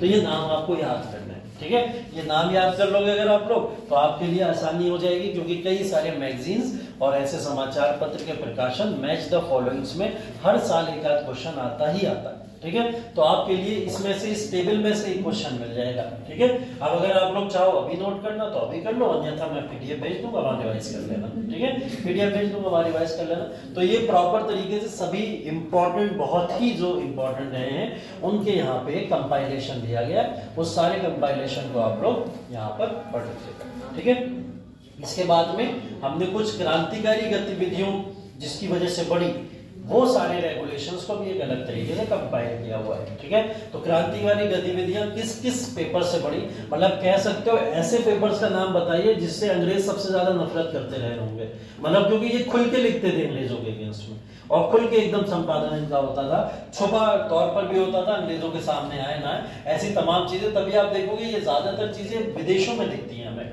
भारत में संचालन की अनुमति नहीं थी, तो विदेशों से लिखा करते थे, वहां से लिख लिख के भारतीयों को पढ़ाया करते थे। तो ये बेसिकली वो समाचार पत्र पत्रिकाएं आपको मिलेंगी, ठीक है। इसके बाद देखिए श्रमिक वर्ग का आंदोलन भी इसका एक पार्ट है, जो मिसलेनियस हम लोग बात कर रहे हैं। 2 चरणों में श्रमिक वर्ग के आंदोलन है। एक चरण है इसका 1850 से 1906 का, ठीक है। श्रमिक वर्ग की बात हो रही है तो कारखाने अधिनियम हमें याद आ जाने चाहिए, ठीक है। कारखाना भारत के अंदर चलता था, बहुत सारे मजदूर संघ थे भारत के अंदर, जो यहाँ पर कार्य किया करते थे, किसके लिए, भारतीयों के यहाँ पर जो मजदूर संघ है वो मजदूरों को कितने घंटे काम करना है, कितने आवर्स काम करना है, और साथ साथ में कितने डेज काम करना है, उस सब की एक लिमिटेशंस कितनी होनी चाहिए, अंधाधुंध भारतीयों से काम ना कराया जाए, उसको लेकर कारखाने अधिनियम लागू किए, ठीक है। तो इन्हीं कारखाने अधिनियम को हम लोग क्या बोलते हैं, बेसिकली श्रमिक वर्ग के आंदोलन कहते हैं। भारत के अंदर श्रमिक वर्ग ने आंदोलन किया, जैसे आप लोग पढ़ते हैं ना किसानों के द्वारा किए गए आंदोलन, जैसे आप लोग पढ़ते हैं कि क्रांतिकारी वर्ग के द्वारा किए गए आंदोलन, वैसे श्रमिक वर्ग के आंदोलन। चरण याद रख लीजिए, इंपॉर्टेंट ये, इसमें कारखाना अधिनियम 1891 के अंतर्गत आया था, ठीक है, ये ध्यान रखना है। और चरण 1 1850 से 1906 तक चला, ठीक है। व्यक्तिगत प्रयासों के अंतर्गत हम लोग दो नाम याद रखते हैं, ठीक है, एक शशिपद बनर्जी का और एक NM लोखंडे का, ठीक है। तो ये दो नाम इंपॉर्टेंट है जिन्होंने कारखाने अधिनियम से रिलेटेड प्रोत्साहन देने का प्रयास किया। दूसरा चरण यहाँ से शुरू होता है 7 से लेकर 19 तक का, और 7 से लेकर 19 तक का समयकाल ये है क्योंकि इसी समय में भारत के अंदर बड़े बड़े आंदोलन होना शुरू हो गए। बड़े बड़े आंदोलन स्वदेशी आंदोलन है, ठीक है, हम लोग बाद में चंपारण भी देखेंगे, अहमदाबाद भी देखेंगे, और फिर उसके बाद असहयोग आंदोलन पे चले जाएंगे। तो असहयोग आंदोलन के बाद में ये सब मर्ज हो गए। श्रमिक आंदोलन किसमें मर्ज हो गए? गांधीवादी आंदोलनों में मर्ज हो गए, और उसके बाद में ये आंदोलन उस तरीके से चलते चले गए, ठीक है। और उन आंदोलनों में हम देखेंगे 20 से लेकर 27 तक तीसरा चरण आता है, और इस चरण के अंदर हम लोग बात करेंगे कि कांग्रेस ने किस तरीके से श्रमिकों के मुद्दे उठाए और अपनी कॉन्फ्रेंसेस में श्रमिकों के बारे में बात की है, ठीक है। गांधी आंदोलनों में इनका डायरेक्ट इन्वॉल्वमेंट, जैसा 1920 में all India trade union Congress का बन जाना, कांग्रेस की ही एक विंग बनी, लेकिन पर्टिकुलर किससे रिलेटेड? ट्रेड यूनियन से रिलेटेड, ठीक है, मतलब श्रमिक व्यापारियों से रिलेटेड एक अलग ही पूरी की पूरी विंग बन गई, ठीक है। तो ये तीसरे चरण के अंदर हम लोग देख सकते हैं, ठीक है। और आप ये भी कह सकते हो कि कम्युनिस्ट पार्टी भारत के अंदर आई, वो भी किस कारण वजह से आई? श्रमिक आंदोलन की वजह से ही आई, ठीक है। कम्युनिस्ट पार्टी ऑफ इंडिया है ना, CPI जिसको हम लोग कहते हैं, तो वो भी भारत के अंदर उसी वजह से आए। और 28 से लेकर 47 तक, ठीक है, ये चौथा इसका काल है। इस काल के दौरान बेसिकली आपको विषय भी दिखेगा, सिविल डिसोबीडियंस मूवमेंट भी दिखेगा, क्रांतिकारी गतिविधियां भी दिखेंगी। इन सारी गतिविधियों में ये आंदोलन खो गया या गुम हो गया, और इन्हीं सबके साथ में मिलकर ये आंदोलन चलता है, ठीक है। तो ये चरण है टोटल, हम लोग इन चरणों में इसका विभाजन करते हैं, ठीक है। पूंजीपतियों के आंदोलनों की बात करें, ठीक है, राष्ट्रीय आंदोलन के प्रतिरुख की बात करें, या कोई भी ऐसी बात करें, तो बेसिकली स्वदेशी आंदोलन के दौरान हमें ये देखना है कि पूंजीपति वर्ग का भारत की स्वतंत्रता में किस तरीके का योगदान है, ठीक है। यही टॉपिक हमने ऊपर देखा था, ठीक है। अब इसके अंदर देखिए साफ लिखा हुआ है, जो आपका स्वदेशी आंदोलन है 5 से लेकर 8 तक, पूंजीपति वर्ग जो है बहिष्कार आंदोलन के विपक्षी थे, ठीक है। इन्होंने स्वदेशी आंदोलन को समर्थन नहीं दिया, ठीक है, किसी भी तरीके का कोई समर्थन देते हुए नहीं दिखाई देते हैं। इन्होंने अपने आप को अलग रखा था स्वदेशी आंदोलन से, ठीक है। असहयोग आंदोलन के बाद अगर बात करें तो पूंजीपति वर्ग भारत के आंदोलन के समर्थन में आया जरूर, बट बहुत ही सीमित तौर पर, ठीक है। इसने खुल के समर्थन नहीं दिया, सीमित तौर पर आया, और सार्वजनिक तौर पर इसने कहीं ना कहीं इसको नहीं अपनाया। सिविल डिसोबीडियंस मूवमेंट की बात करें तो यहाँ पर पूर्णता समर्थन दिखाई देता है पूंजीपति वर्गों का। कारण है महात्मा गांधी, ठीक है। महात्मा गांधी के बहुत सारे पूंजीपति वर्ग के दोस्त थे, जिनके थ्रू वो लोग भारत के अंदर आंदोलन को सक्रिय रूप से चलाने के लिए फंडिंग किया करते थे। तो इस वजह से हम बोलते हैं कि civil disobedience movement basically important movement के तौर पर जाना जाता है, तो जिसके अंदर पूंजीपति वर्गों ने समर्थन किया था, ठीक है। ऐसे कई सारे संगठन हैं, ठीक है, जिसके अंदर कई सारी योजनाएं, जिसमें एक योजना बहुत इंपॉर्टेंट भारत की मानी जाती, बॉम्बे योजना 44 से 45 का समय काल है, और ये भारत के बहुत ही ज्यादा समृद्ध व्यक्ति थे उस समय, उन लोगों के द्वारा, उनके पूंजीपतियों के ग्रुप के द्वारा बनाई गई थी, जिसके अंदर भारत के विकास आगे चल के कैसे होगा और क्या उद्देश्यों के साथ में होगा, उसका पूरा का पूरा प्लानिंग एंड प्लॉटिंग की गई थी। बड़े बड़े नाम दिखेंगे आपको, R.D. टाटा जिसके अंदर दिखेंगे, बिरला इसके अंदर दिखेंगे, ठीक है, पुरुषोत्तम दास, ठाकुर दास और जॉन मथाई जैसे लोग, ये बड़े बड़े उस समय के लोग होते थे जो पूंजीपति वर्ग के लोग थे। इन्होंने मिलकर पूरा का पूरा बॉम्बे योजना नाम का इंपॉर्टेंट वो बनाया था, ठीक है। अब इसके अंदर देखिए बेसिकली जो इंपॉर्टेंट चीजें, उस इंपॉर्टेंट चीजों में व्यवसाय तो है कि किस तरीके से भारतीय बाजारों के अंदर व्यवसाय का नियंत्रण किया जाए, साथ ही साथ में हमें शिक्षाओं के में भी इनका योगदान दिखाई देता है। प्राथमिक, माध्यमिक, उच्च शिक्षाएं, सारी शिक्षाओं के अंतर्गत भी योजना बनाई गई थी बॉम्बे प्लान के अंतर्गत, ठीक है। और इसके अंदर बेसिकली उद्देश्य की अगर बात की जाए तो उद्देश्य क्या रखा गया था? अर्थव्यवस्था के संतुलित तरीके से अर्थव्यवस्था को चलाना और आने वाले 15 वर्षों में भारतीयों की आय को दोगुना करना, ये लक्ष्य के तौर पर रखा गया था, ठीक है। और यह अचीव कैसे हो सकता था? भारतीय बाजारों पे कंट्रोल करके और भारतीय शिक्षा के ऊपर पूरी तरीके से ध्यान देंगे। ऐसे करके ये चीजें हो सकती थी। तो इसे हम लोग क्या बोलते हैं, बॉम्बे योजना 1944-45 की कैपिटलिस्ट पूंजीपतियों के द्वारा शुरू की गई। तो अगर आपसे कोई कहे कि पूंजीपतियों का भारतीय स्वतंत्रता में कोई योगदान ही नहीं था, तो ये कहना गलत है। ठीक है, योगदान है, यहाँ पर हमें दिखाई देता। हाँ, पूंजीपति वर्ग उस समय भारतीयों के साथ में नहीं थे जिस समय स्वदेशी आंदोलन चल रहा है। ठीक है, क्योंकि बड़ा सीमित आंदोलन कहीं ना कहीं देखा गया कि उसका मतलब था सिर्फ बंगाल विभाजन से रिलेटेड आंदोलन चलाना। लेकिन जब आंदोलन आया देश के प्रति या देश आंदोलन के तौर पर चला, तब पूंजीपति वर्गों ने समर्थन देना शुरू किया। ठीक है, तो आपको उस तरीके से भी चीजों को मेंशन करना पड़ेगा। बस बाकी इतना ही है। ये हमने पूरा का पूरा जो आज की पीडीएफ डिस्कस की है, इसका पूरा का पूरा सार यही था कि हमें यहाँ पर प्रेस का विकास, शिक्षा का विकास, श्रमिकों और भारतीय पूंजीपतियों से रिलेटेड आंदोलन के बारे में पढ़ना था। ठीक है, तो ये सारे के सारे क्वेश्चन थे। उम्मीद है ये सब समझ आ गया होगा आपको। ठीक है, कौन सी? हाँ हाँ बताइए, बिल्कुल बताइए। हाँ, गांधी जी ने इसलिए सफल हुआ नहीं, कह नहीं सकते इसलिए सफल हुआ गांधी जी लाए थे। बेसिकली उसके अंदर अंग्रेजी शिक्षा का जो एक बोल दिया गया था कि 8वीं के बाद सबको अंग्रेजी शिक्षा में ही शिक्षा देनी है। तो ये उसका उन्मूलन का सबसे बड़ा कारण था, जिसको लेकर भारतीयों ने विरोध किया था। और उनका ये भी कहना था कि गांधी स्वदेशी की बातें हमेशा करते हैं और स्वदेशी में तो हिंदी भी आती है ना। तो इसको लेकर, और गांधी जी का कहना था मैं भाषा के प्रति स्वदेशी की बात थोड़ी करता हूँ। तो इसको लेकर विवाद था, इसलिए योजना खत्म कर दी गई। हाँ।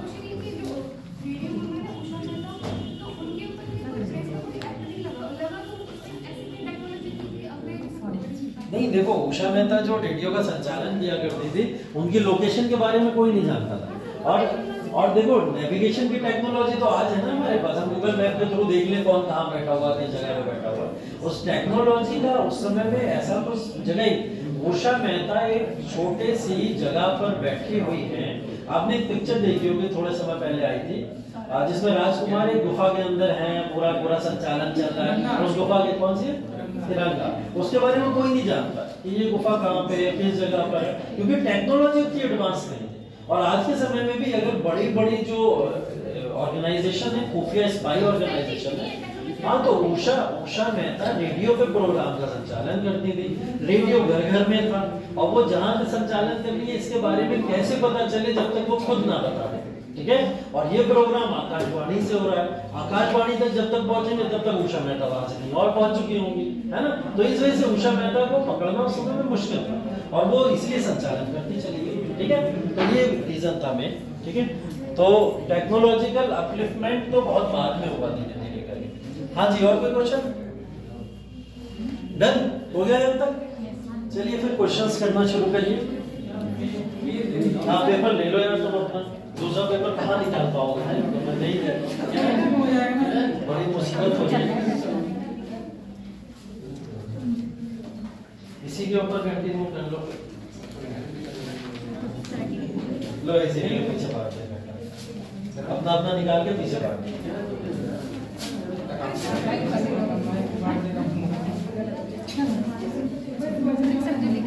सर जो लिखित में लिया था वो भी है, और उसमें रिटन वाला मुझे वापस कर देना, कहीं घर ले जाओ ना, उसमें रिटन वाला भी है। हाँ, कुछ लोगों का हो गया, कुछ लोगों का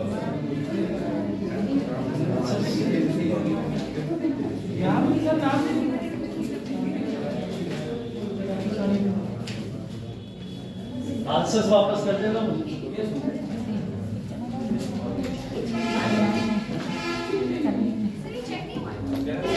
नहीं, अभी का मैंने बोला ना 50 कंप्लीट करके चेक करो।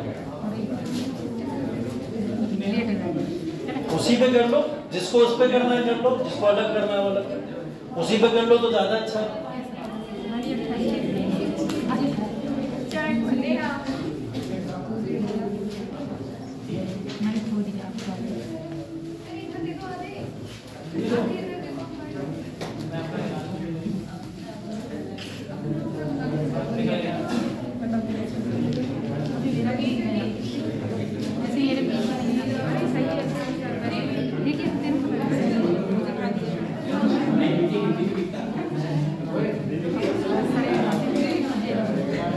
मैं सर को वापस करता हूँ। मेरे पास है ना मीरा दोनों एक साथ जाके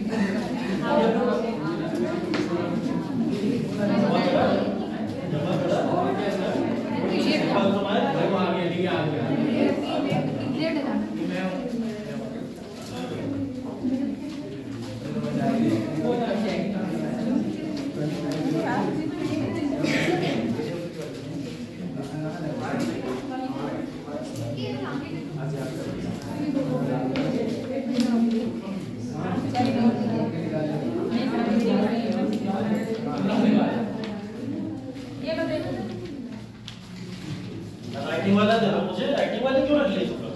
हैं? लाओ जल्दी और कौन बचा? बड़े समय को तुम लोग, मैंने बोला था राइटिंग वाले वापस कर दो। और कौन बचा? राइटिंग वाला किसने रख लिया?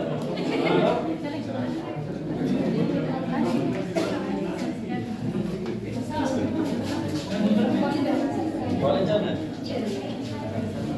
ये रख देंगे।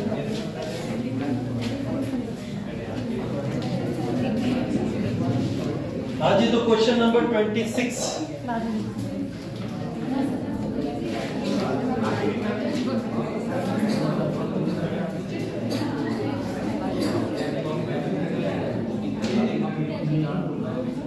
क्वेश्चन नंबर 26 से शुरू करिए।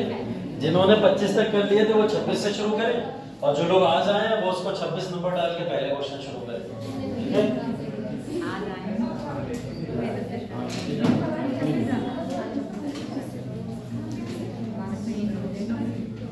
इसलिए मैंने टेस्ट पेपर नहीं भेजा था, बस कारण यही था कि मैं सोच रहा था पूरे 50 करा लूंगा, आज भेजना है। करवाना नहीं थी आप, तो आप 26 से शुरू करो। वो बाद में कर लेना उधर अपने आप घर पे बैठे।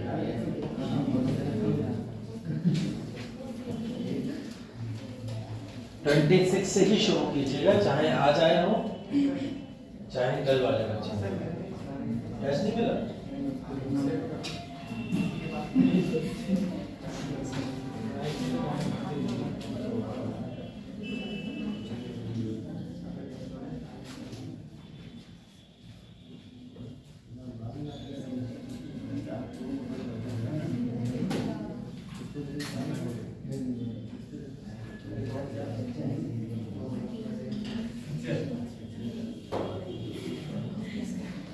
यही तो था।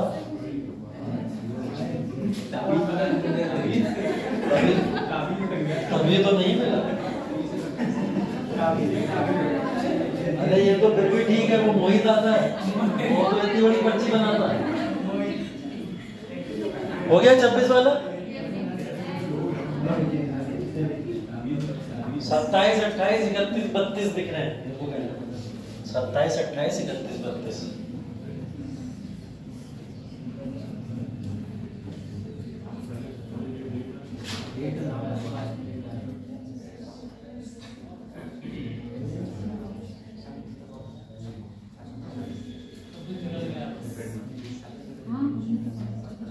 बातें नहीं, एक दूसरे को देख के मुस्कुराना भी नहीं, कुछ नहीं, सिर्फ बोर्ड की तरफ देखो।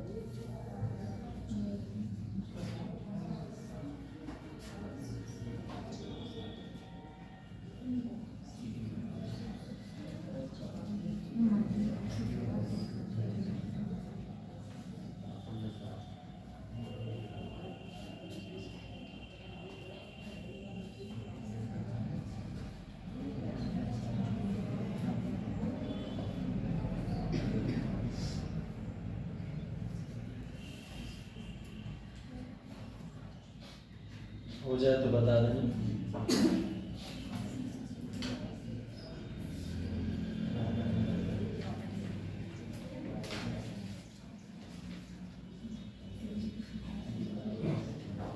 ये किसकी कॉपी थी? नाम नहीं लिखा?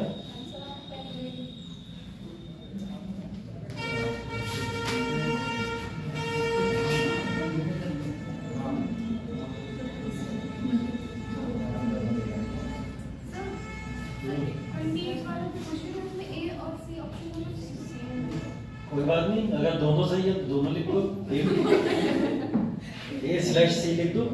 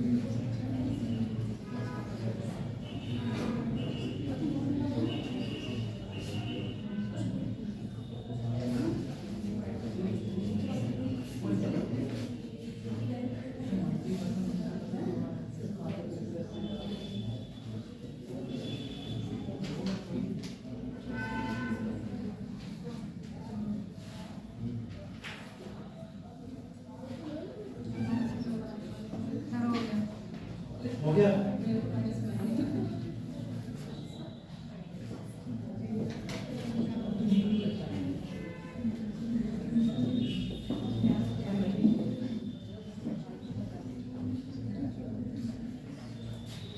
उनतीस, 30, 33, 34।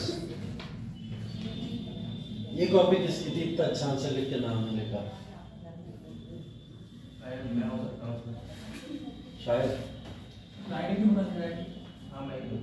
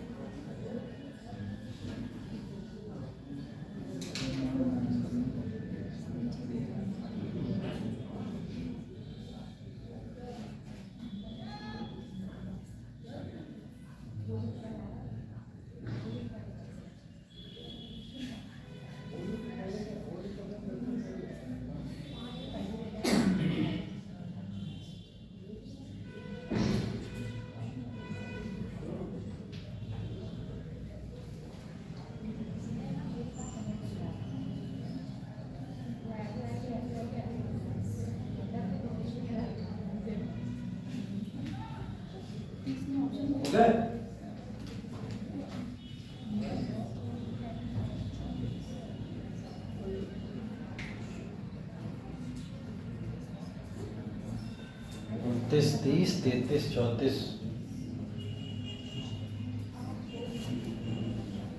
काट के लिखा। मेरा वो वाला तो है।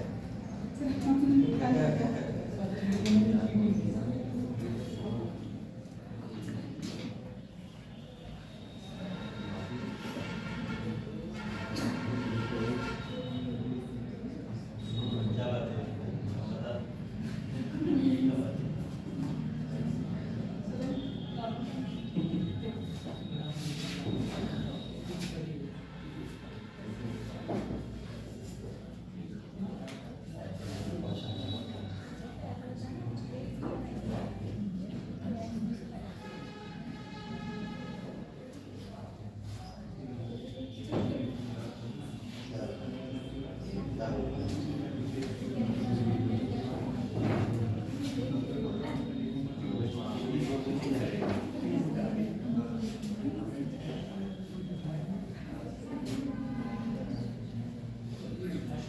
हो गया ना?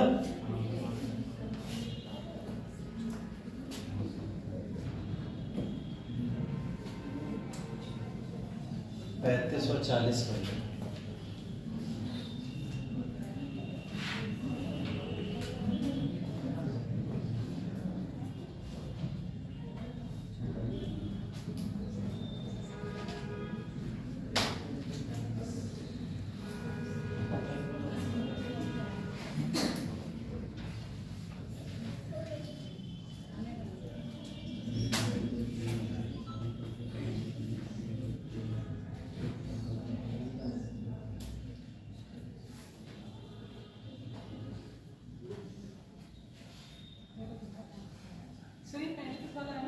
हाँ ऊपर 35 वाले के ये ऑप्शन, ये इधर से यहाँ है।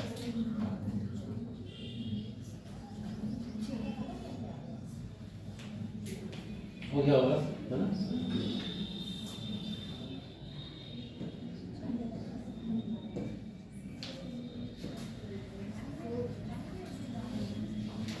छत्तीस 37 41 42।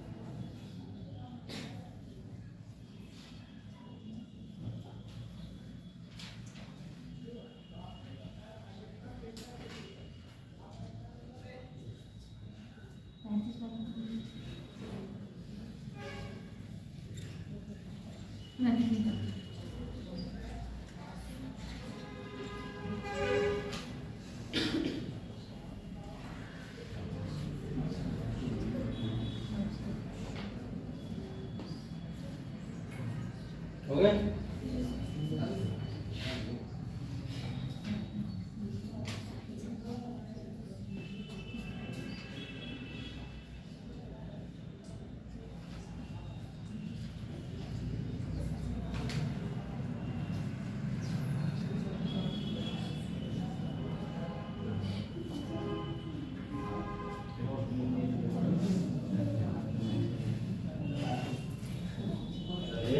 क्या चल रहा है? तुम लोग अंदर बैठा है ऐसा है?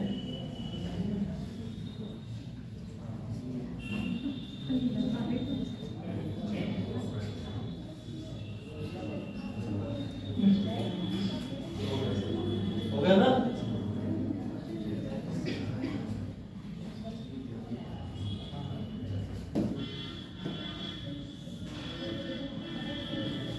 अड़तीस 39 43 44।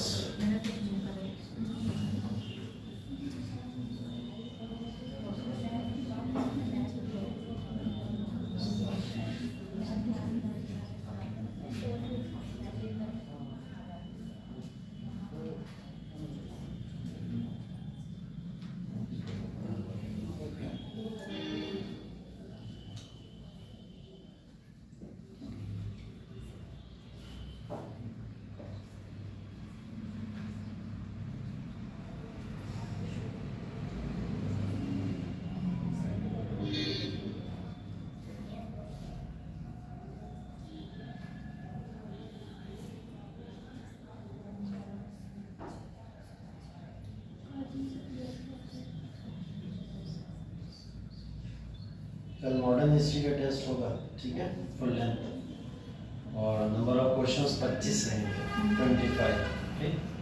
और फुल लेंथ टेस्ट होगा। फुल लेंथ में मतलब पूरी मॉडर्न पढ़ना, ठीक है। क्लास में रिवाइज तो करा ही चुका हूँ मैं बहुत सारी चीज़ें, बाकी आप लोग रिवाइज कर लीजिएगा।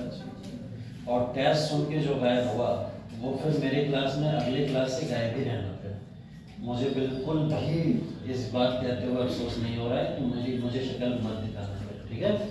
और जितने भी क्लास बचे होंगे उस क्लासेस में मैं तो बैठने नहीं दूंगा, ठीक है। अगर टेस्ट की वजह से आप लोग गायब होते हो तो फिर सीधा सीधा कारण यही, क्योंकि आज 3-4 बच्चे नहीं है, उन्होंने मुझे फ़ोन मैसेज करके इन्फॉर्म किया कि सर मैं इस कारण से नहीं आ पाऊंगी या नहीं आ पा रही, है ना। चलो रीज़न है, कोई बात है तो अलग बात है। विदाउट रीज़न गायब हो गए तो फिर मेरी क्लास में मत आना, अन्यथा और क्लास में आपका मोस्ट वेलकम।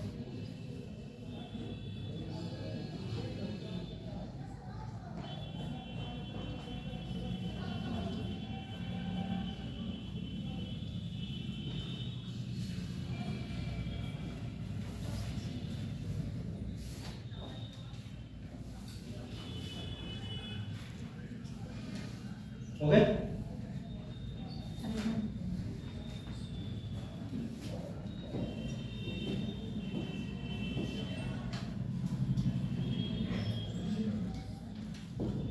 45, 46, 50 और 51 ये कर ली। 51 इसलिए लिखा हुआ है यहाँ पे क्योंकि 55 क्वेश्चन मैंने बनाए थे जिसमें से 50 करने थे आपको, ठीक है। अब आपकी मर्जी है, आप 50 के आगे टच करना चाहो तो कर लो, वो आपके ऊपर डिपेंड करता है, वरना 50 क्वेश्चन ही इसमें ओवरऑल टेस्ट में आपको करना है।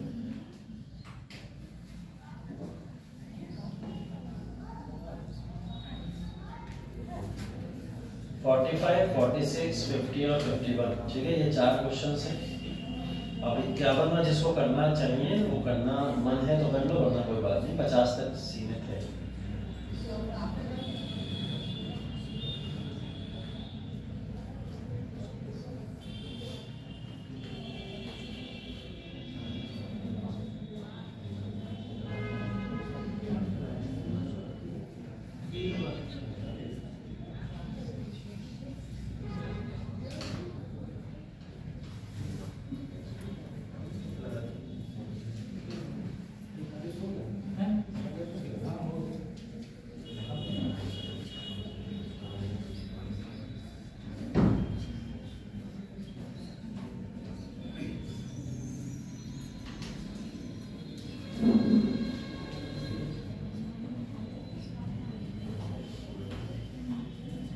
हो गया होगा, है ना।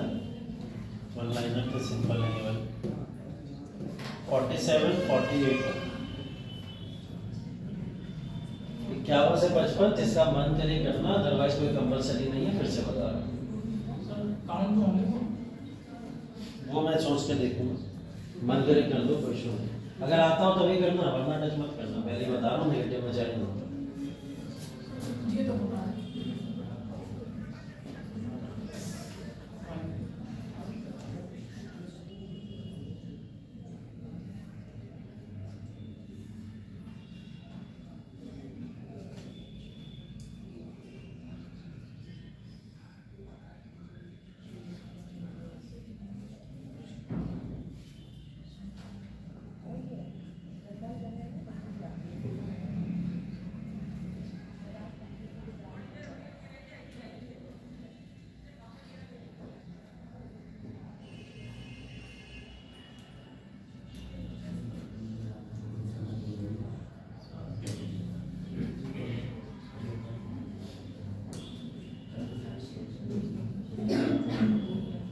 हो गया?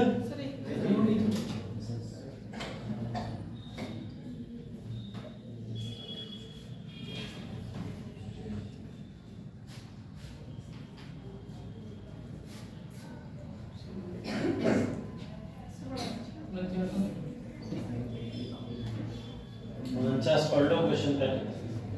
दिल्ली सल्तनत के अधीन कर का क्या नाम था जो केवल अमीर मुसलमानों पर लगाया जाता है? ठीक है, ऐसा कौन सा कर था जो केवल अमीर मुसलमानों पर लगाया जाता था दिल्ली सल्तनत में? पहला उश्र दिया हुआ है, ज़कात ये खम्स है, ठीक है, खम्स है, ज़कात खम्स या उपरोक्त में से कोई नहीं। पहला उश्र, दूसरा ज़कात, तीसरा खम्स, चौथा इनमें से कोई भी नहीं। कौन सा ऐसा कर था जो अमीर मुसलमानों पर लगाया जाता था? कौन सा ऐसा कर था जो अमीर मुसलमानों पर लगाया जाता था दिल्ली सल्तनत में? पहला उश्र है, दूसरा ज़कात है, तीसरा खम्स है, चौथा उपरोक्त में से कोई नहीं।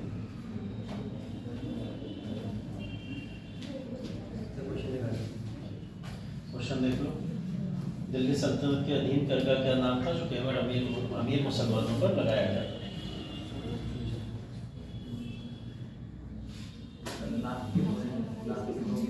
लास्ट के दो भी देख लो।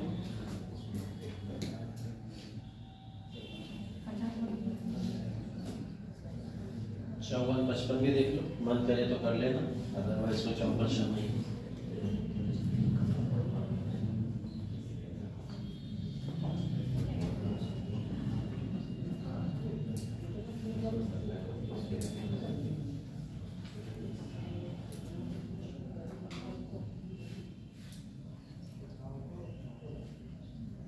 सर 41 छूट गया था।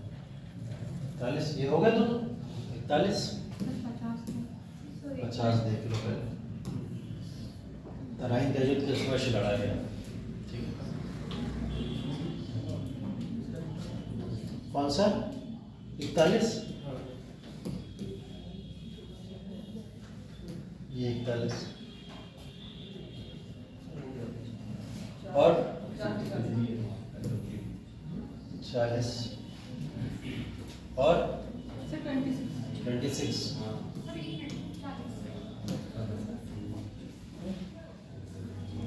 सबमिट कर लीजिए बाकी लोग जिनका तो कंप्लीट हो गया।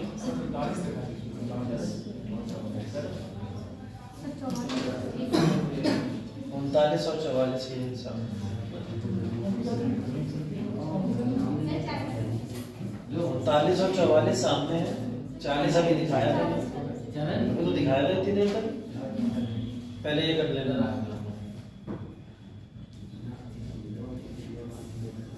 हो गया 39-44।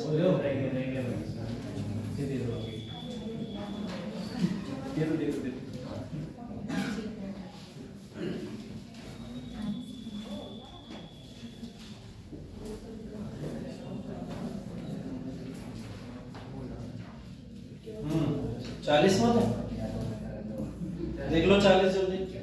और कोई नंबर?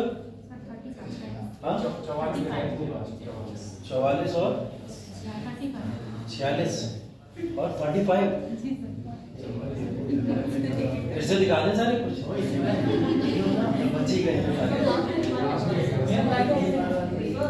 35 भी है जिसको देखना है। हाँ 35 देख लो जिसको देखना है। हाँ भाई सबमिट करो बाकी लोग सारे। कटे हुए आंसर एक्सेप्टेबल नहीं है, नेगेटिव में जाएगा। 35 हो गया, और कौन सा चाहिए था? हाँ बताओ, लास्ट के 5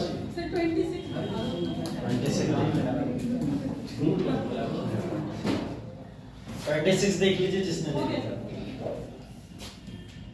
लास्ट के 5 देख लीजिए। हाँ देख लो ना, लास्ट के 5 दिखा दो। मन है कंपल्सरी नहीं है, जिसका मन हो कर लो, वरना कोई मतलब। जिसने करा और गलत हुआ तो नेगेटिव में जाएंगे वो आप लोग।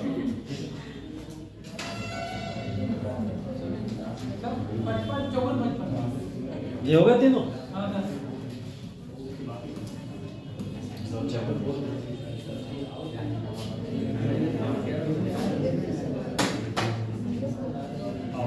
लाइए सबमिट करें।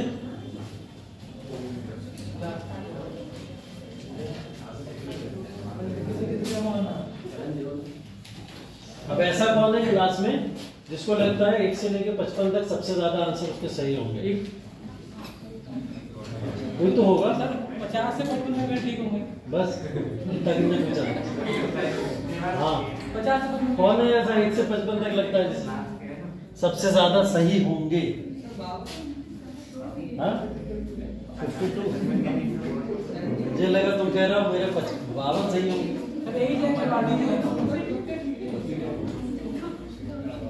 हाँ है कोई? चेक तो करवा दो, पूछ रहा हूँ मैं पहले। किसी को नहीं लगता? अच्छा कौन ऐसा है जिसे लगता है सबसे कम मेरे सही होंगे?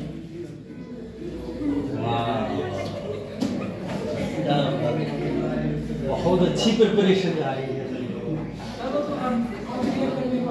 चेक के बाद पता चलेगा।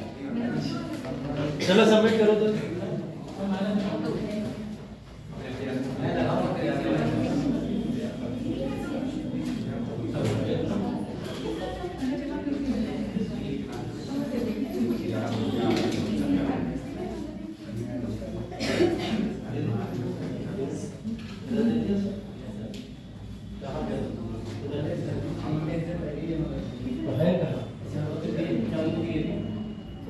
चल आगे क्या सर? एक और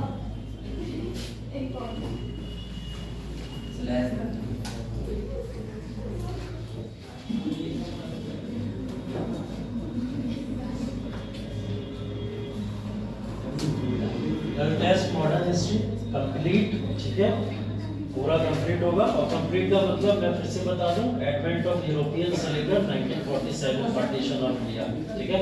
नंबर ऑफ क्वेश्चन 25, 25 क्वेश्चन होंगे। 25 का कल होगा, 25 का परसों होगा। जैसे मेडिकल का करा है हम लोगों ने, वैसे मॉडर्न का करेंगे। तो 25-25 करके दो पार्ट में डिवीजन करके करेंगे। मॉडर्न कंप्लीट होगा, ध्यान रखिएगा। 25 क्वेश्चन में अब समय मैं थोड़ा रिड्यूस कर रहा हूँ क्योंकि समय बहुत ले लेते हो तुम लोग। अब क्वेश्चन में सिर्फ 15 मिनट दूंगा मैं, ठीक है। 15 मिनट में जिसको करना है वो कर ले, नहीं हो पाएगा तो जितने होंगे उतने सबमिट करोगे, ठीक है। अब टाइम रिड्यूस करेंगे इसके बाद में, क्योंकि टाइम से बहुत आप लोग टाइम वेस्ट कर रहे हो इसमें, है ना। और इसकी आंसर की कॉपी की चेकिंग सब कल मिलेगी आप लोगों को, ठीक है। कल चेक करके आपको दे दूंगा, ठीक है। और इसकी आंसर की और क्वेश्चन सारे के सारे मैं भेज दूंगा बोर्ड के ऊपर, ठीक है, जो भी है।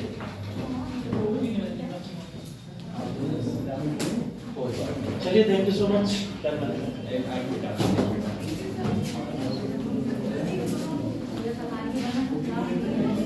आया